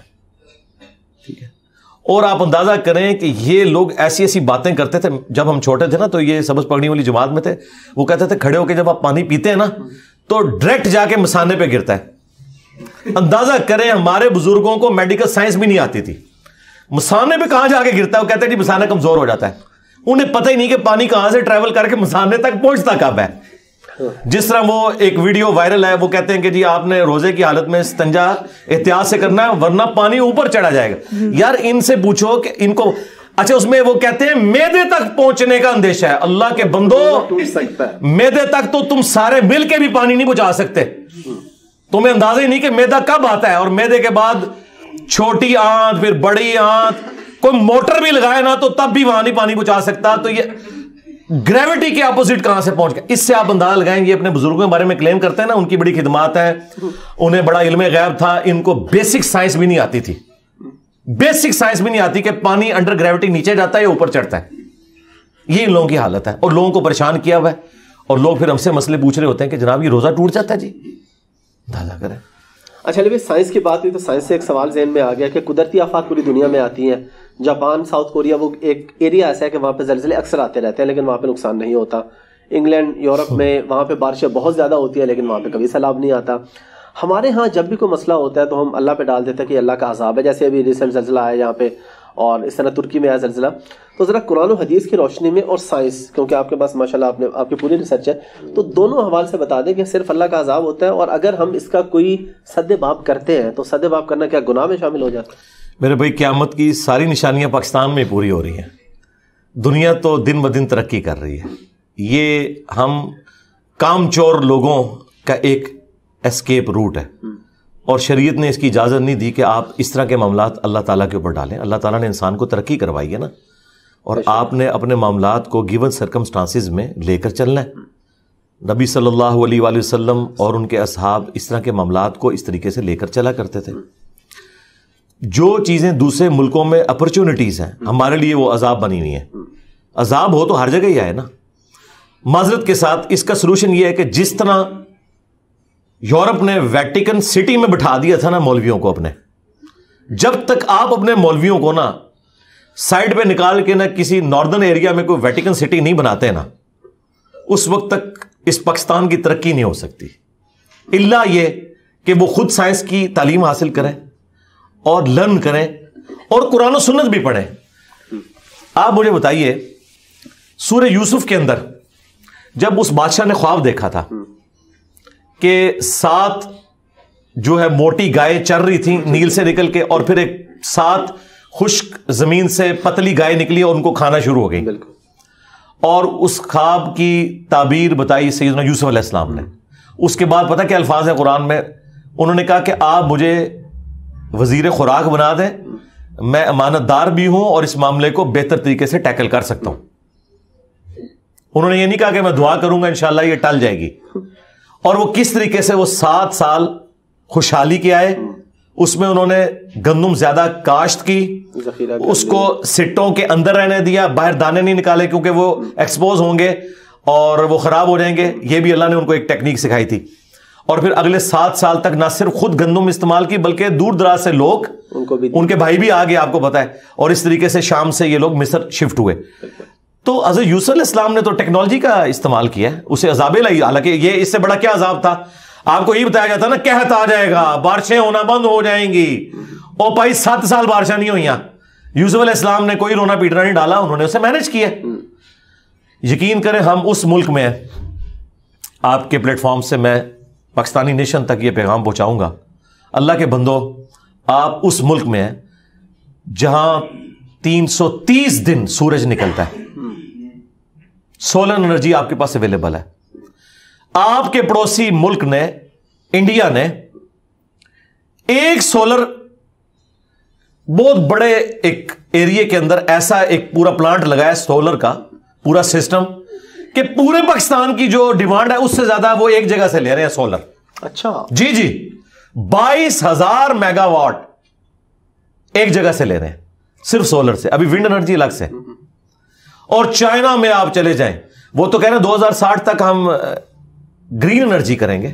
سعودی عرب جن کو آپ کہتے ہیں عربی بڑتما آ گئے, سرکار وہ گندم ایکسپورٹ کر رہے ہیں, پھل ایکسپورٹ کر رہے ہیں, مچھلی ایکسپورٹ کر رہے ہیں. ریتلی زمینوں میں کیا انہوں نے جنگل میں منگل کر دیا, اور ہم ابھی تک اس چکر میں ہیں کہ فوج کا سیاست میں کردار ہونا چاہیے یا نہیں ہونا چاہیے, جوڈیشری کو لچ تلنا چاہیے یا نہیں تلنا چاہیے. ہمارے یہ مسئلے ہیں میرے بھائی, ہم ان مسئلوں سے جب تک باہر نہیں نکلتے ہم کچھ نہیں کر سکتے. تو جس ملک میں 330 دن سورج نکلتا ہے, اس ملک میں جن لوگوں نے کروڑوں کی گاڑیاں رکھی ہوئی ہیں, کروڑوں کے بنگلے بنائے ہوئے ہیں, 20-25 لاکھ روپے کا 10 kVA کا ایک سسٹم اپنے گھر میں نہیں لگا سکتے تاکہ وہ بجلی جو وہ یوز کر رہے ہیں وہ غریب کو ملے. آج بھی گورنمنٹ جو آپ کو 25 روپے کا یونٹ دے رہی ہے نا, گورنمنٹ کو وہ 40 سے 50 روپے کا پڑتا ہے. اوپر صدقہ خیرات کا 15 روپے گورنمنٹ آپ کو سبسڈائز کر کے دیتی ہے. ایک امیر آدمی کا کام تو نہیں ہے کہ وہ واپڈا سے سستی بجلی لے رہا ہے سبسڈائز, کیوں؟ وہ تو افورڈ کر سکتا ہے. جو 1 کروڑ کی گاڑی افورڈ کر سکتا ہے وہ 20 لاکھ کا سولر سسٹم نہیں اپنے گھر لگا سکتا. میں نے ملک ریاض صاحب سے اس طریقے سے DHA کے جو کرتے دھرتے ہیں, سٹی ہاؤسنگ کے کرتے دھرتے ہیں, جدھر زیادہ بجلی استعمال ہو رہی ہے, کیونکہ ہمارے ملک کا 40% جو لوڈ ہے وہ ایئر کنڈیشن کے اوپر ہے, ان سے میں نے ریکویسٹ کی کہ یار آپ لوگ پابند کرو کہ 1 سال سے زیادہ ہم بجلی نہیں دیں گے, اپنے سولر لگاؤ, بورنگ بھی کرائیے, سولر بھی کراؤ, تاکہ کم از کم یار غریبوں کے لیے بجلی اویلیبل ہو. یہ آپ کام کرو. تو مجھے اس سے آیا کہ وہ اپرچونٹی بناتے ہیں, یعنی دنیا پانی سے ڈیم بناتی ہے, ہم پانی کو ڈیم بنانے کی بجائے وہ غریبوں کے اوپر چھوڑ دیتے ہیں, ان کی فصلیں برباد کرتے ہیں, اور پھر اس نام کے اوپر ہم دوسرے ملکوں سے چندے ہتھیاتے ہیں, اور وہ چندے بھی جو ہتھیاتے ہیں نا وہ بھی اپنے اوپر لگاتے ہیں.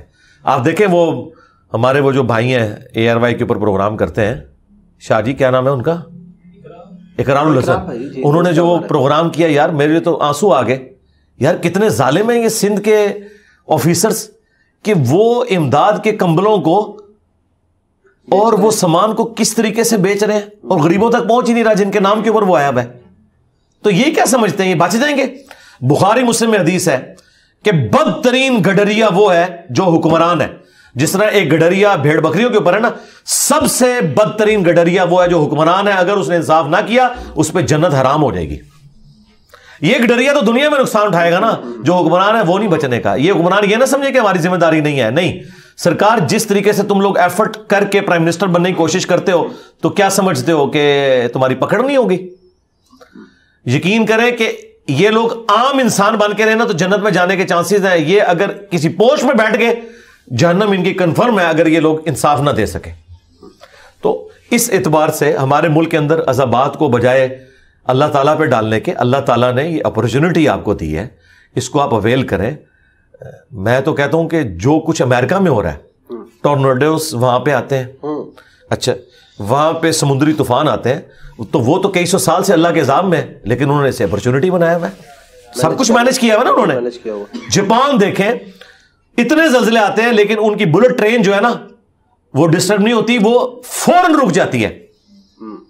وہ آپ ویڈیوز دیکھیں کس طرح انہوں نے وہ الارم سسٹم بنایا ہوا ہے, تو سرکار انہوں نے کر دیا, سب کچھ کر کے بتایا. تو یہ ہماری صرف کمزوریاں, ہم نے اللہ تعالیٰ پہ ڈالی ہیں. اللہ تعالیٰ پہ ضرور ڈالیں لیکن ارادوں کے, محنتوں کے ٹوٹنے کے بعد.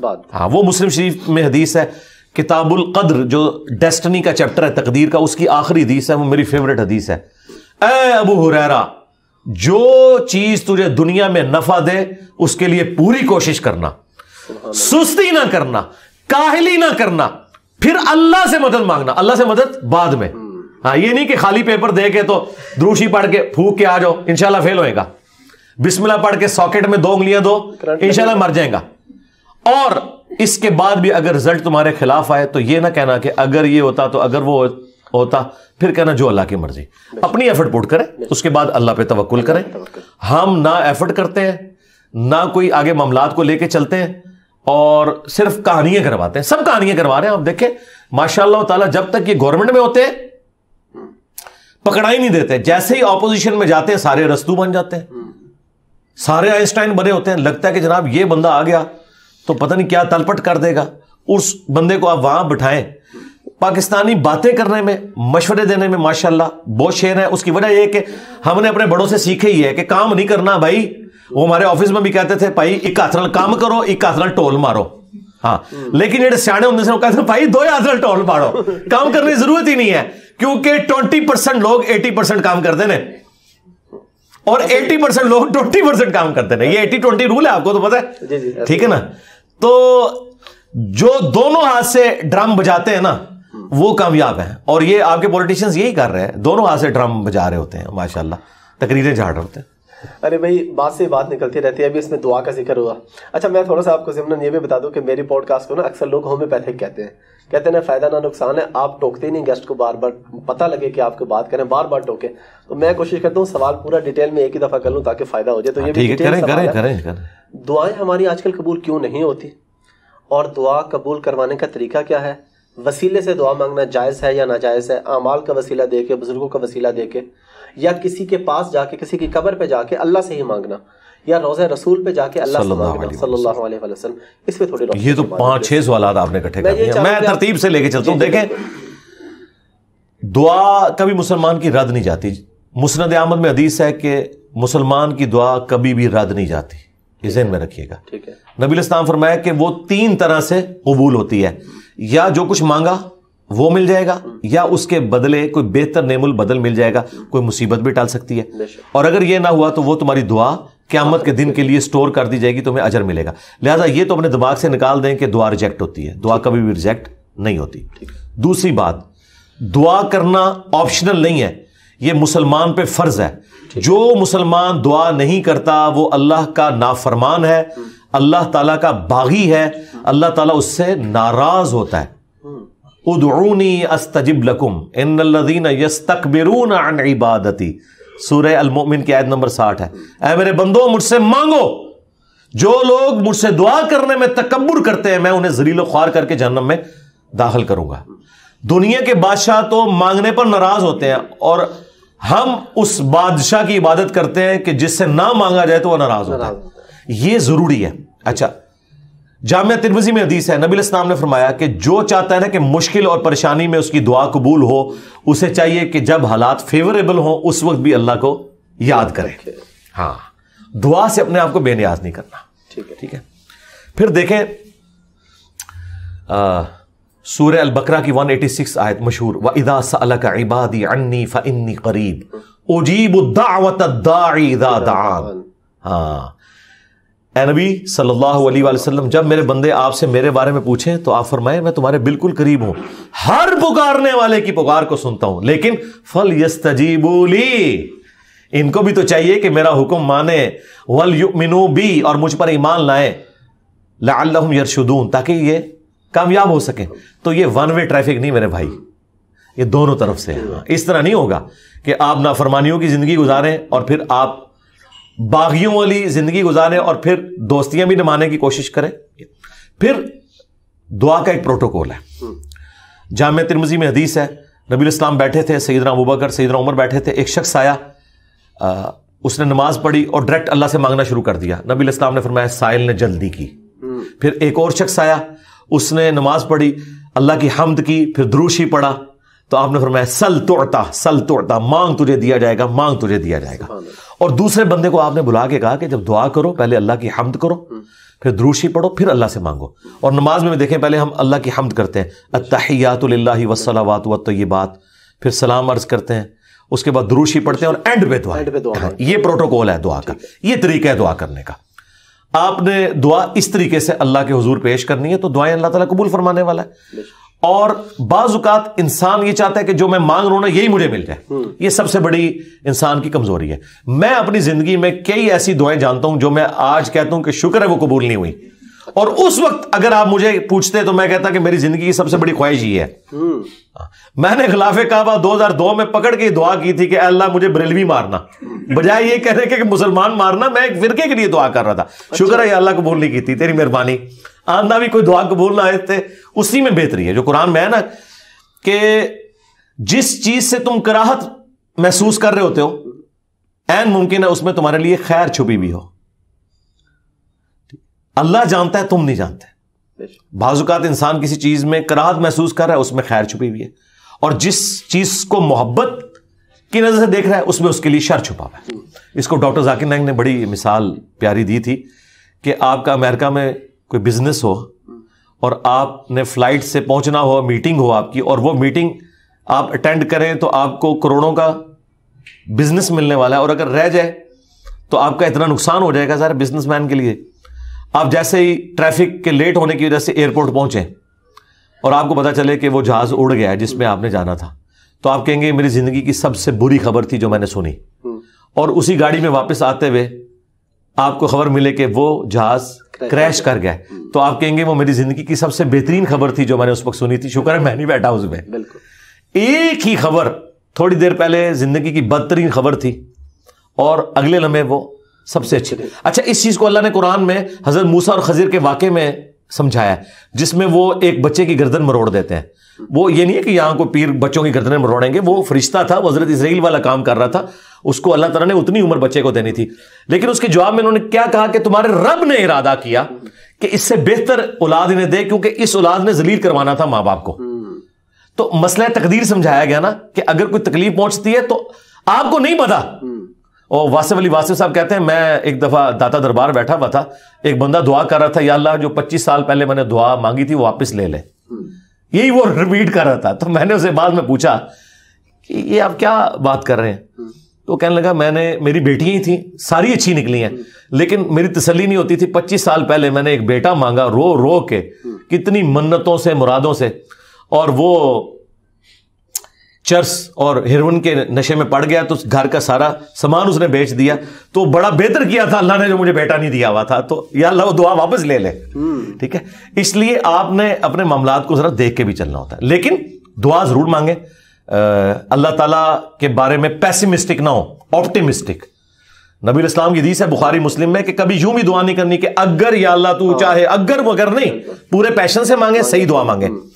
اور مسلم شریف میں حدیث ہے نبی الاسلام کہ ایک صحابی اتنے بیمار ہوئے کہ وہ ہڈیوں کا پنجر بن گئے. نبی الاسلام ان کی عادت کرنے گئے. آپ نے کہا کہ تو اللہ سے کیا مانگتا ہے یہ جو تیری حالت ہوئی ہوئی ہے؟ تو نے کہا یا رسول اللہ میں اللہ سے ایک ہی دعا مانگتا ہوں کہ اے اللہ جو تو نے مجھے آخرت میں عذاب دینا ہے نا دنیا میں ہی دے لے.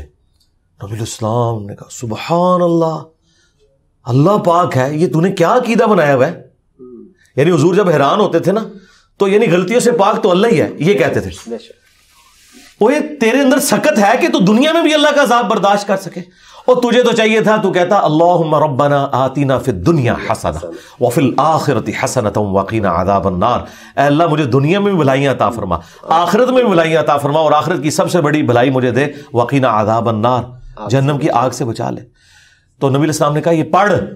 اس نے پڑھنا شروع کیا. صحابہ کرام کہتے ہیں کچھ دنوں بعد وہ ایسے ہو گیا جیسے مردہ زندہ ہو جاتا ہے، بالکل ٹھیک ہو گیا.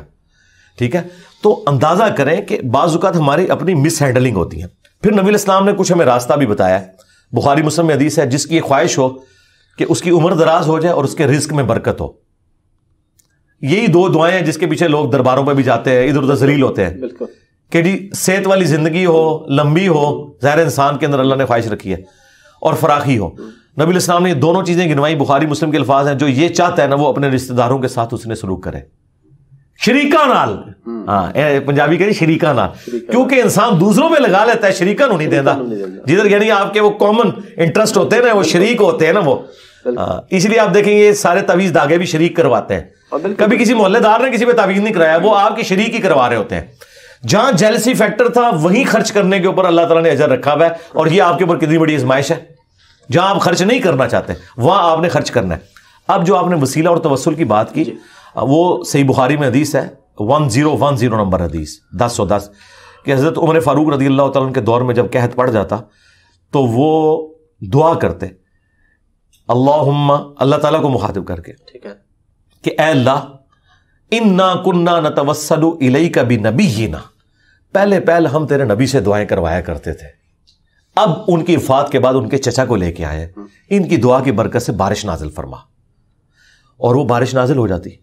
یہ حضرت عمر نے امت کو عقیدہ دیا ہے کہ توسل اور وسیلہ یہ نہیں ہے کہ کسی کے واسطے آپ نے ڈالنے ہیں اللہ کو, بلکہ یہ ہے کہ اس نیک بندے سے جا کے دعا کروانی ہے. بخاری مسلم میں ہے کہ بارش نہیں ہوتی تھی, صحابہ کرام نبی علیہ السلام سے دعا کرواتے تھے, دعا کی برکت سے بارش ہو جاتی تھی.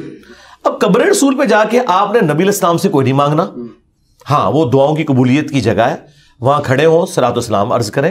4 کتابوں میں موجود ہے, المصنف ابن ابی شیبہ میں, سنن کبری البیہقی میں, الموطأ امام مالک میں, فضل الصلاۃ علی النبی کے اندر کہ صحابہ کرام اور خصوصاً ابن عمر کے بارے میں کہ مسجد نبوی میں وہ آتے, پہلے سفر پہ جاتے یا واپس آتے, پہلے مسجد نبوی میں 2 نفل پڑھتے اور قبر رسول پر آ کے عرض کرتے السلام علیک یا رسول اللہ, السلام علیک یا ابا بکر, السلام علیک یا عمر. ایک روایت میں السلام علیک یا ابا, میرے باپ آپ پر سلام ہو. تو یہ صحابہ کرام کا طریقہ تھا, قبر رسول پہ حاضر ہونا, وہاں کھڑے ہو کر اللہ سے دعا مانگنی ہے. آپ نے کسی یعنی بزرگ سے یا پیغمبر سے ڈائریکٹ نہیں مانگنی, اور نہ واسطے ڈالنے ہیں. دیکھیں قرآن میں 40 کے قریب دعائیں آئی ہیں, سب ربنا کے ساتھ ہیں, کوئی وسیلے واسطے نہیں ہے اس میں. مجھے نہیں سمجھ آتی آپ وسیلے واسطے سے بھی آگے جا کے یہ ڈائریکٹ بزرگوں کو پکارتے ہیں, یا علی مدد کہتے ہیں, یا شیخ عبد القادر جیلانی مدد کہتے ہیں. ان سے پوچھو کہ اللہ کے بندو کیا مولا علی علیہ السلام نے کسی کا واسطہ ڈال کے کبھی دعا کی ہے یا اسے پکارا ہے؟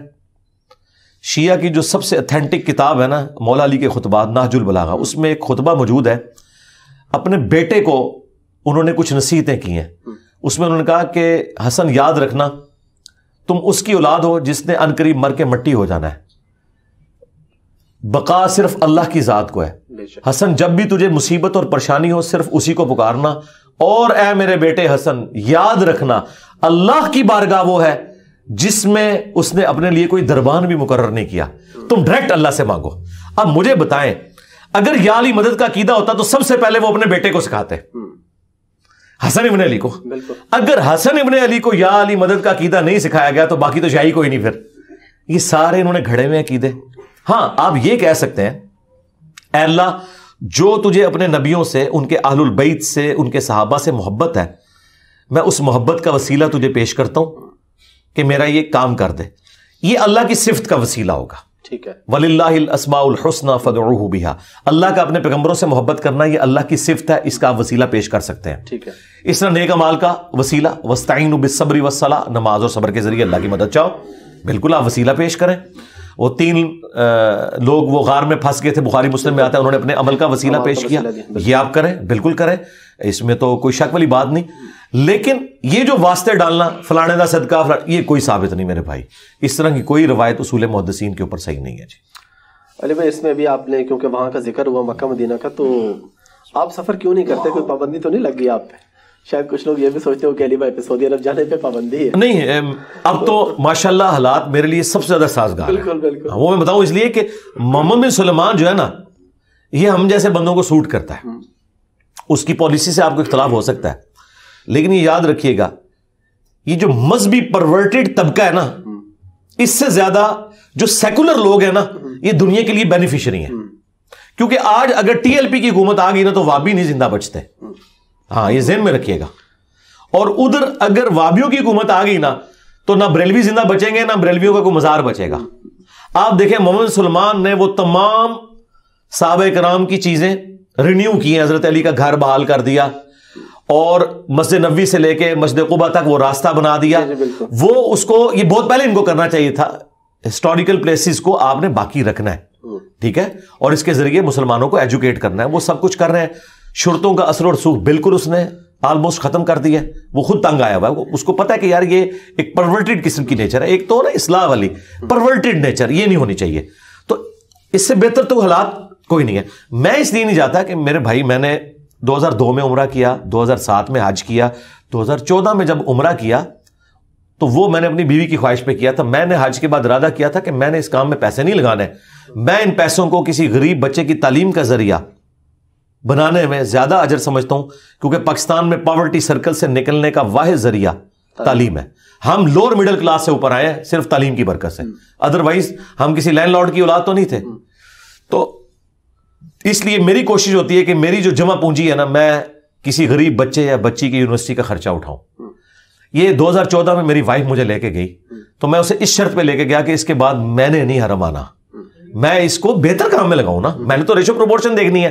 حج ہم نے کر لیا, اور میں نے کعبے میں اس سے عہد لیا تھا کہ اب ہم نے واپس نہیں ادھر آنا.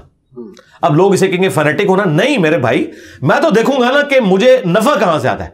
ٹھیک ہے, تو نفع تو مجھے اس معاملے میں, نبی اسلام نے بھی ایک ہی حج کیا نا زندگی میں, عمرے 4 کیے, ان میں سے بھی ایک قضا والا تھا. ٹھیک ہے نا, جس کے پاس استطاعت ہے وہ ضرور کرے. ہماری جمع پونجی اتنی ہے کہ یا ہم عمرہ کر لیں یا کسی غریب کی مدد کر لیں, تو ہم وہی کریں گے جو اس وقت ضرورت ہے پاکستان کو, پاکستان کی غریب عوام کو. اس کے پیچھے کوئی اور ریزن نہیں ہے. مجھے کوئی مفت بھی لے جائے, سعودی حکومت بھی آفر کرے, تب بھی میں نہیں جاؤں گا. اب ضرورت نہیں ہے. لیکن لوگ اس سے پھر یہ نکال لیتے ہیں کہ پھر حج کی ضرورت ہی نہیں, ہم ساری غریبوں کو. نہیں, حج فرض ہو آپ نے کرنا ہے. میں سمجھ گیا, لیکن میں پبلک کے لیے آپ سے کوشچن کر رہا ہوں کہ جو لوگ یہ کہتے ہیں فرض حج بھی نہیں کرتے کہ یار غریبوں کی مدد, جو کہتے ہیں نا فرض حج نہیں کرنا, وہ کافر ہیں. ہاں, گمراہ نہیں, کافر ہیں. اسلام کی بنیاد 5 چیزوں پہ ہے. بخاری مسلم میں ہے, کلمہ شہادت کے بعد نماز, زکوٰۃ, حج اور رمضان کے روزے. اور قرآن میں واضح ہے کہ جو استطاعت رکھتا ہے سورہ آل عمران میں, وہ اللہ کے گھر کا حج کرے. اور اگر کوئی بے پرواہی کرتا ہے نا تو اللہ تعالیٰ غنی ہے سارے جہان والوں سے. یہ ذہن میں رکھیے گا. حج چھوڑنے والا جان بوجھ کے اور اس کی تحقیق کرنے والا تو دار اسلام سے ہی خارج ہے. یہ تو آؤٹ آف کوسچن ہے.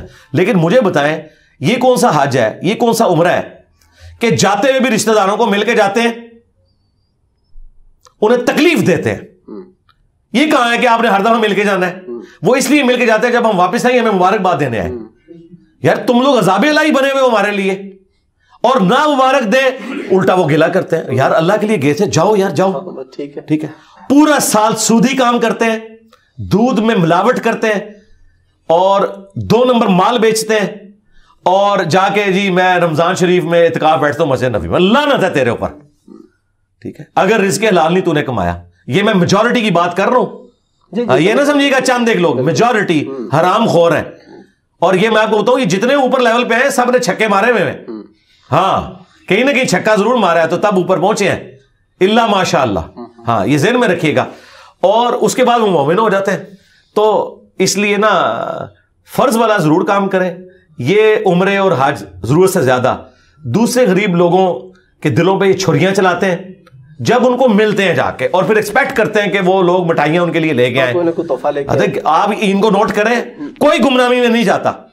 تو اس کا مطلب ہے یہ جا رہے کس لیے ہیں, تاکہ باقیوں کو بتائیں کہ ہم کام ڈال کے آئے ہیں.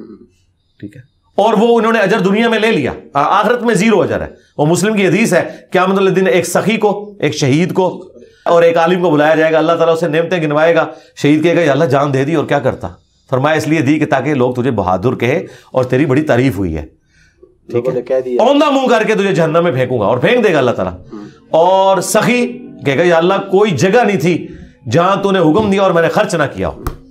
اللہ تعالیٰ فرمائے گا اس لیے کہ لوگ تجھے سخی کہیں, اور تجھے دنیا میں سخی کہا گیا, تجھے اجر مل چکا.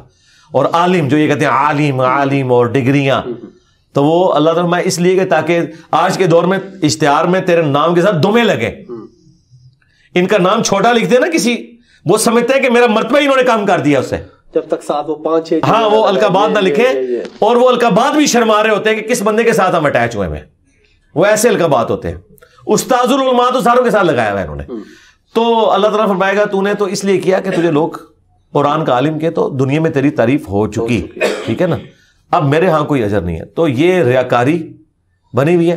یہ میں تلخ باتیں اس لیے کرتا ہوں کہ میرے پاس لیسنس ہے یہ باتیں کرنے کا.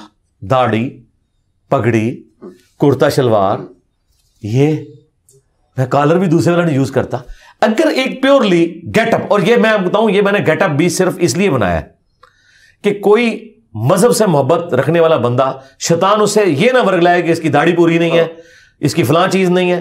اگر ان چیزوں سے اٹریکٹ ہوتا ہے نا, ٹھیک ہے, میں یقین کریں میں تو ایسی گمنامی کی زندگی گزارنا چاہتا ہوں کہ میں مطلب یہ پگڑی کیا, میں تو سر کے بال بھی آپ کی طرح مڑوا دوں, مجھے کوئی ضرورت نہیں ہے. لیکن یہ انڈیا, پاکستان, بنگلہ دیش میں آپ کو حکمت کے ساتھ یہ سارے معاملات لے کے سننا تو اپنی جگہ ہے, لیکن یہ بھی لے کے چلنے پڑتے ہیں کہ تاکہ ان کو جو یہ داڑیاں ناپتے ہیں, پگڑیاں دیکھتے ہیں, اور ہماری دعوت پھیلی اسی وجہ سے, وہ کہتے ہیں یار گیٹ اپ ماشاءاللہ سنت کے مطابق ہے. اگے بھاویں کوڑ مارو, ہمارا سچ بھی نہیں بکنا تھا اگر ہمارا گیٹ اپ ایسا ہوتا جو ان کو بتایا جاتا ہے سنت کے مطابق نہیں ہے. تو ہم نے کہا ٹھیک ہے, نور لا نور کرتے ہیں, سنت کا ثواب بھی کمائیں گے اور ان کے مولویوں کا مقابلہ کریں گے گیٹ اپ میں. آؤ کوئی بندہ میری شکل سے پہچان کے بتائے کہ میں کس فرقے سے ہوں, میری باتوں سے نہیں پہچان سکتے. شکل دیکھ کے کبھی کہتے ہیں یہ دیوبندیوں والی شکل ہے, بریلوی والی ہے, جب توحید سنتے ہو کہتے ہیں توبہ توبہ توبہ, یہ تو وابیوں بھی پیچھے چھوڑے ہوا ہے. اور جب اہل بیت میں بات سنتے ہو کہتے ہیں شیعہ تو شاہی کوئی نہیں ہے, انجینئر تو پتہ نہیں کتنے ٹور گیا. یہ ہے بات سچائی کی, ٹھیک ہے نا. تو گیٹ اپ اڈاپٹ کیا, لیکن بات کی علم کی, تو ہم کوشش کرتے ہیں کہ پازیٹیولی لوگوں تک بات پہنچائیں. تو علی بھائی میں لاسٹ ٹائم جب آپ سے پوڈ کاسٹ کی نا, تو کچھ لوگوں نے نیچے کمنٹ میں اپنے دوستوں کو مینشن کیا کہ یہ سنو.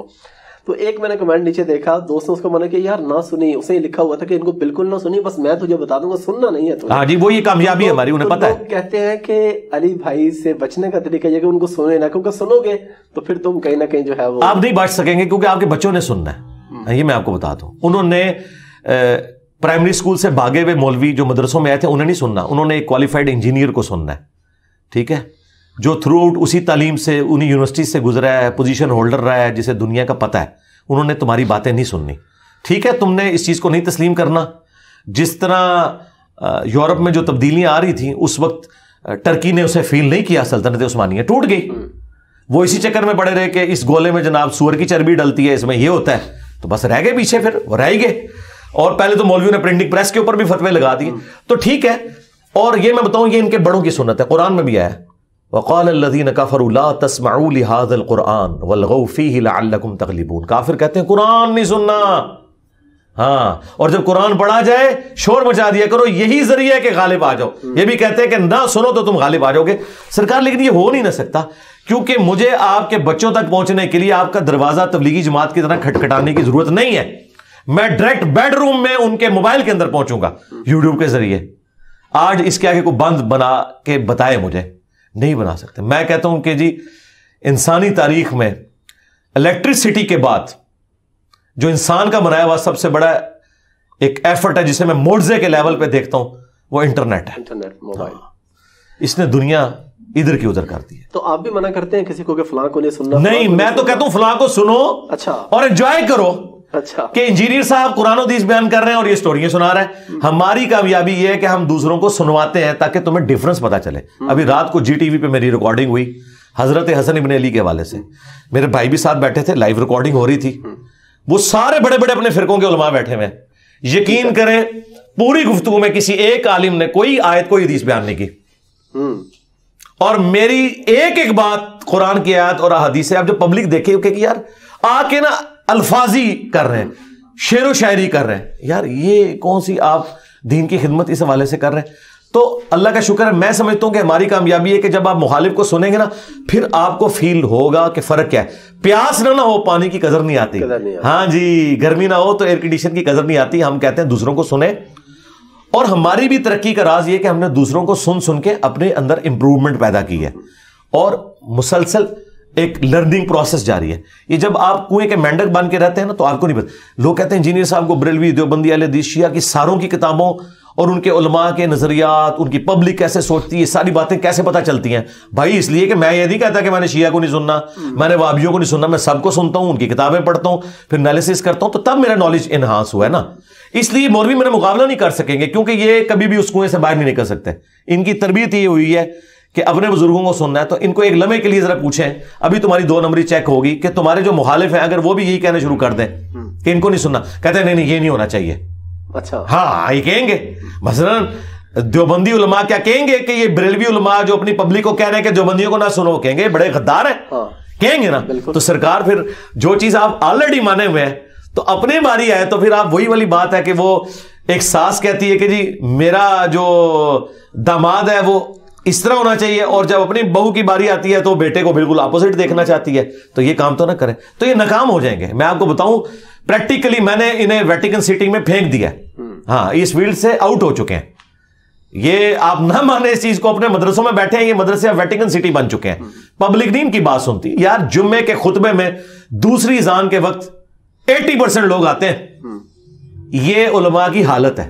اور آپ یہاں ہماری اکیڈمی میں آئے, میرے آنے سے پہلے یہ ہال بھرا ہوا ہوتا ہے, اور یہ یہاں سے نہیں آتے بندے, پوری دنیا سے لوگ آتے ہیں, ہر دفعہ نئے لوگ آتے ہیں, نہ بھی ہے کوئی فرق نہیں پڑتا. اور یوٹیوب پہ تو آپ دیکھ رہے ہیں ماشاءاللہ. اور ہمارے یہاں بھی ایک دوست بیٹھے ہیں ڈاکٹر ڈینٹسٹ ہے, وہ بھی کہتے ہیں جمعے کو میں علی بھائی کا ایک لیکچر گھر پہ سن لیتا ہوں, پھر نماز پڑھنے چلے جاتا ہوں, میں مسجد میں جا کے نہیں سنتا خطبہ. ظاہر ہے جی یہ اب سٹوریاں سنا رہے ہیں. میں تو کہتا ہوں اس سے اگلا ورژن ہونا چاہیے, مسجد میں جائیں اور علماء کو بتائیں کہ یار تیاری کر کے یار آؤ, جس چیز کا کھا رہے ہو, تم سے تو فزکس کا پروفیسر بہتر ہے, وہ ایک دن پہلے تیاری کر کے تو جا کے ایف ایس سی کے اسٹوڈنٹس کو پڑھاتا ہے. یار تم لوگوں نے ہفتے میں ایک دن اور ٹوٹل 52 ہفتے آتے ہیں, بس 52 تقریریں کو اچھی سی یاد کر لو, سال بعد تقریر واپس آئے گی, قرآن کا ترجمہ شروع کر دو یار. لیکن نہیں, وہی کہانیاں لے کے چل رہی ہیں.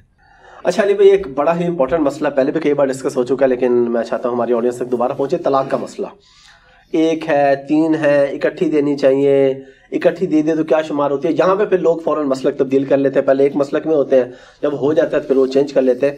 قرآن و حدیث کی روشنی میں طلاق کا پروسیجر کیا ہے, اور اگر کوئی بندہ 3 بول بیٹھا ہے تو اس کی کیا ہے, اس کے بعد رجوع ہے یا نہیں ہے, ایک کے بعد ہے یا نہیں ہے, تفصیل سے پلیز اس مسئلے کی. دیکھیں جو اہل سنت کی جتنی کتابیں ہیں, جتنے ائمہ ہیں, وہ تو متفق ہیں کہ ایک مجلس کی 3 طلاقیں 3 شمار ہوں گی, اور اس کے بعد رجوع نہیں ہو سکتا. ٹھیک ہے. اور حلالہ بھی نہیں ہو سکتا, وہ تو حرام ہے. وہ تو ایک نیچرل حلالہ ہے کہ اس نے کسی اور جگہ شادی کی, بائی چانس ہو گیا, وہ ایک علیحدہ معاملہ. ٹھیک ہے.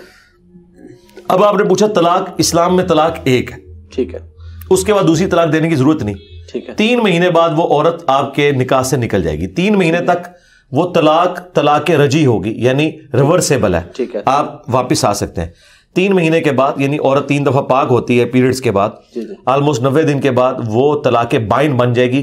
یعنی وہ طلاق کے بعد اب آپ کا نکاح بھی ٹوٹ گیا, اب آپ اپنی مرضی سے اس کی طرف رجوع نہیں کر سکتے. اس کی مرضی آپ سے شادی کرے دوبارہ, ٹھیک ہے, نئے حق مہر کے ساتھ, نئے نکاح کے ساتھ. اب یہاں نہیں ظاہر ہے ایک طلاق کی بات ہے نا, ہاں جی, اور اس کی مرضی کسی اور کے پاس چلی جائے. لیکن قرآن میں آیا کہ اگر وہ عورت اسی شوہر کے پاس واپس آنا چاہتی ہے جس نے اسے ایک طلاق دی تھی, اور طلاق بائن بن گئی, تو ان عورتوں کو ان کے انہی شوہروں کی طرف لوٹاؤ تم. ٹھیک ہے. کیونکہ بعض اوقات بیچ میں بدماش قسم کے سالے پڑ جاتے ہیں نا, وہ کہتے ہیں نہیں اسی طرح نہیں جان دینا. اس ٹائم تو وہ کہتے ہیں, بعد میں وہ اپنی بیویوں کے ہاتھوں اپنی بہنوں کو ذلیل کرواتے ہیں. عورت کی عزت اس کے خاوند کے گھر میں ہی ہے. اب یہ جو بات ہے نا کہ 3 طلاقیں کٹھی, کیوں 3 طلاقیں کٹھی دیتے ہیں یہ لوگ؟ اس لیے کہ ان کے پاس دین کا علم ہی نہیں. شادی کرنے کا شوق ہے, طلاق کے مسائل ہی نہیں پتا.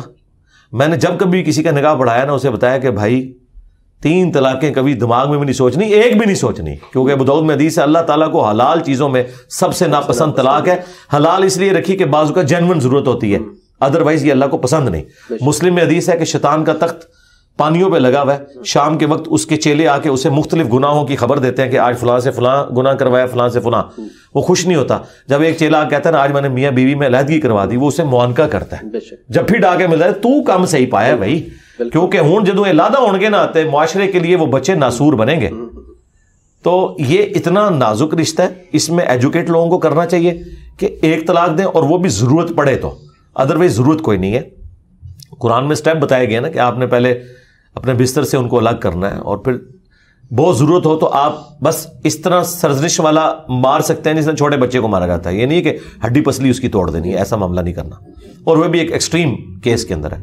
تو طلاق آپ نے ایک دینی ہے, کٹھی 3 طلاقیں دینا اگرچہ حرام ہے, گناہ ہے, لیکن صحابہ کرام کا اجماع ہے کہ وہ اسٹیبلش ہو جائیں گی. اس کے ثبوت میں مسلم میں حدیث ہے کہ حالت حیض میں طلاق دینا حرام ہے, لیکن نبی الاسلام نے عبداللہ بن عمر نے جب طلاق دی تو رجوع کروایا. جب ان سے پوچھا گیا اس طلاق کو شمار کیا گیا تھا, ان کا ہاں شمار تو کیا تھا, اس کے سوا تو چارہ نہیں تھا. حرام تھی لیکن اسٹیبلش ہو گئی. صحابہ کرام کا اس کے اوپر اتفاق ہے. الموطا امام مالک میں پورا چیپٹر موجود ہے. وہ جو مسلم کی حدیث ہے نا کہ نبی الاسلام کے زمانے میں حضرت ابوبکر اور عمر کے ابتدائی دور میں 3 ایک شمار ہوتی تھی, وہ اس عورت کے لیے کہ جس کی رخصتی نہ ہوئی ہوئی ہو, ٹھیک ہے. مرد نے اس کے ساتھ صحبت نہ کی ہو اسے کہتے ہیں غیر مدخولہ. غیر مدخولہ عورت کو اگر مرد 3 طلاقیں دے تو وہ ایک ہی شمار ہوگی. اس مرد کے پاس اجازت ہے کہ وہ اس عورت سے دوبارہ شادی کر سکتا ہے. ٹھیک ہے. بشرطے کہ خلوت سیاح ثابت نہ ہو, یعنی رخصتی نہ ہوئی ہو. ونس رخصتی ہو گئی ہے, خلوت سیاح ہو گئی ہے, تو پھر آپ نے اسی رول کو فالو کرنا ہے کہ اگر 3 طلاقیں دے دیں جو مرضی. اب یہ نہ جا کے اہل حدیثوں سے فتوے لیں.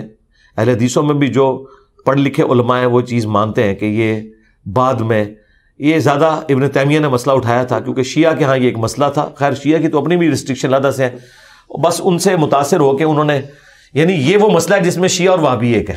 اچھا. ویسے تو سمجھ لو اٹ کتے دا ویر تو نہیں کرنا چاہیے تھا, اور کوئی اس کے لیے کوئی مناسب چیز تو آپس میں ان کی دشمنی ہے. انڈیا پاکستان کا ویر کہہ لیں. ٹھیک ہے. اس مسئلے میں اتفاق ہے. ہاں اس مسئلے میں ان کا اتفاق ہے. تو بہرحال کتابیں جو ہیں نا اہل سنت کی وہ تو یہی بتاتی ہیں کہ صحابہ کرام نے 3 کو 3 شمار کیا ہے, اس میں دوسری رائے نہیں ہے. اور یہ جو لوگ جاتے ہیں فتوے لینے وہ ان سے اسٹامپ پیپر پہ لکھوا لیتے ہیں کہ ہم اہل حدیث ہوتے ہیں. وہ اہل حدیث بس اس مسجد کے گیٹ تک ہی ہیں. بالکل. ہاں تو اس سے اندازہ لگائیں. میرے خیال لوگوں کو ایجوکیٹ کرنا چاہیے تاکہ لوگوں میں یہ کم علمی کی وجہ سے جو یہ اس طرح کی حرکتیں آتی ہیں نا وہ نہ کریں.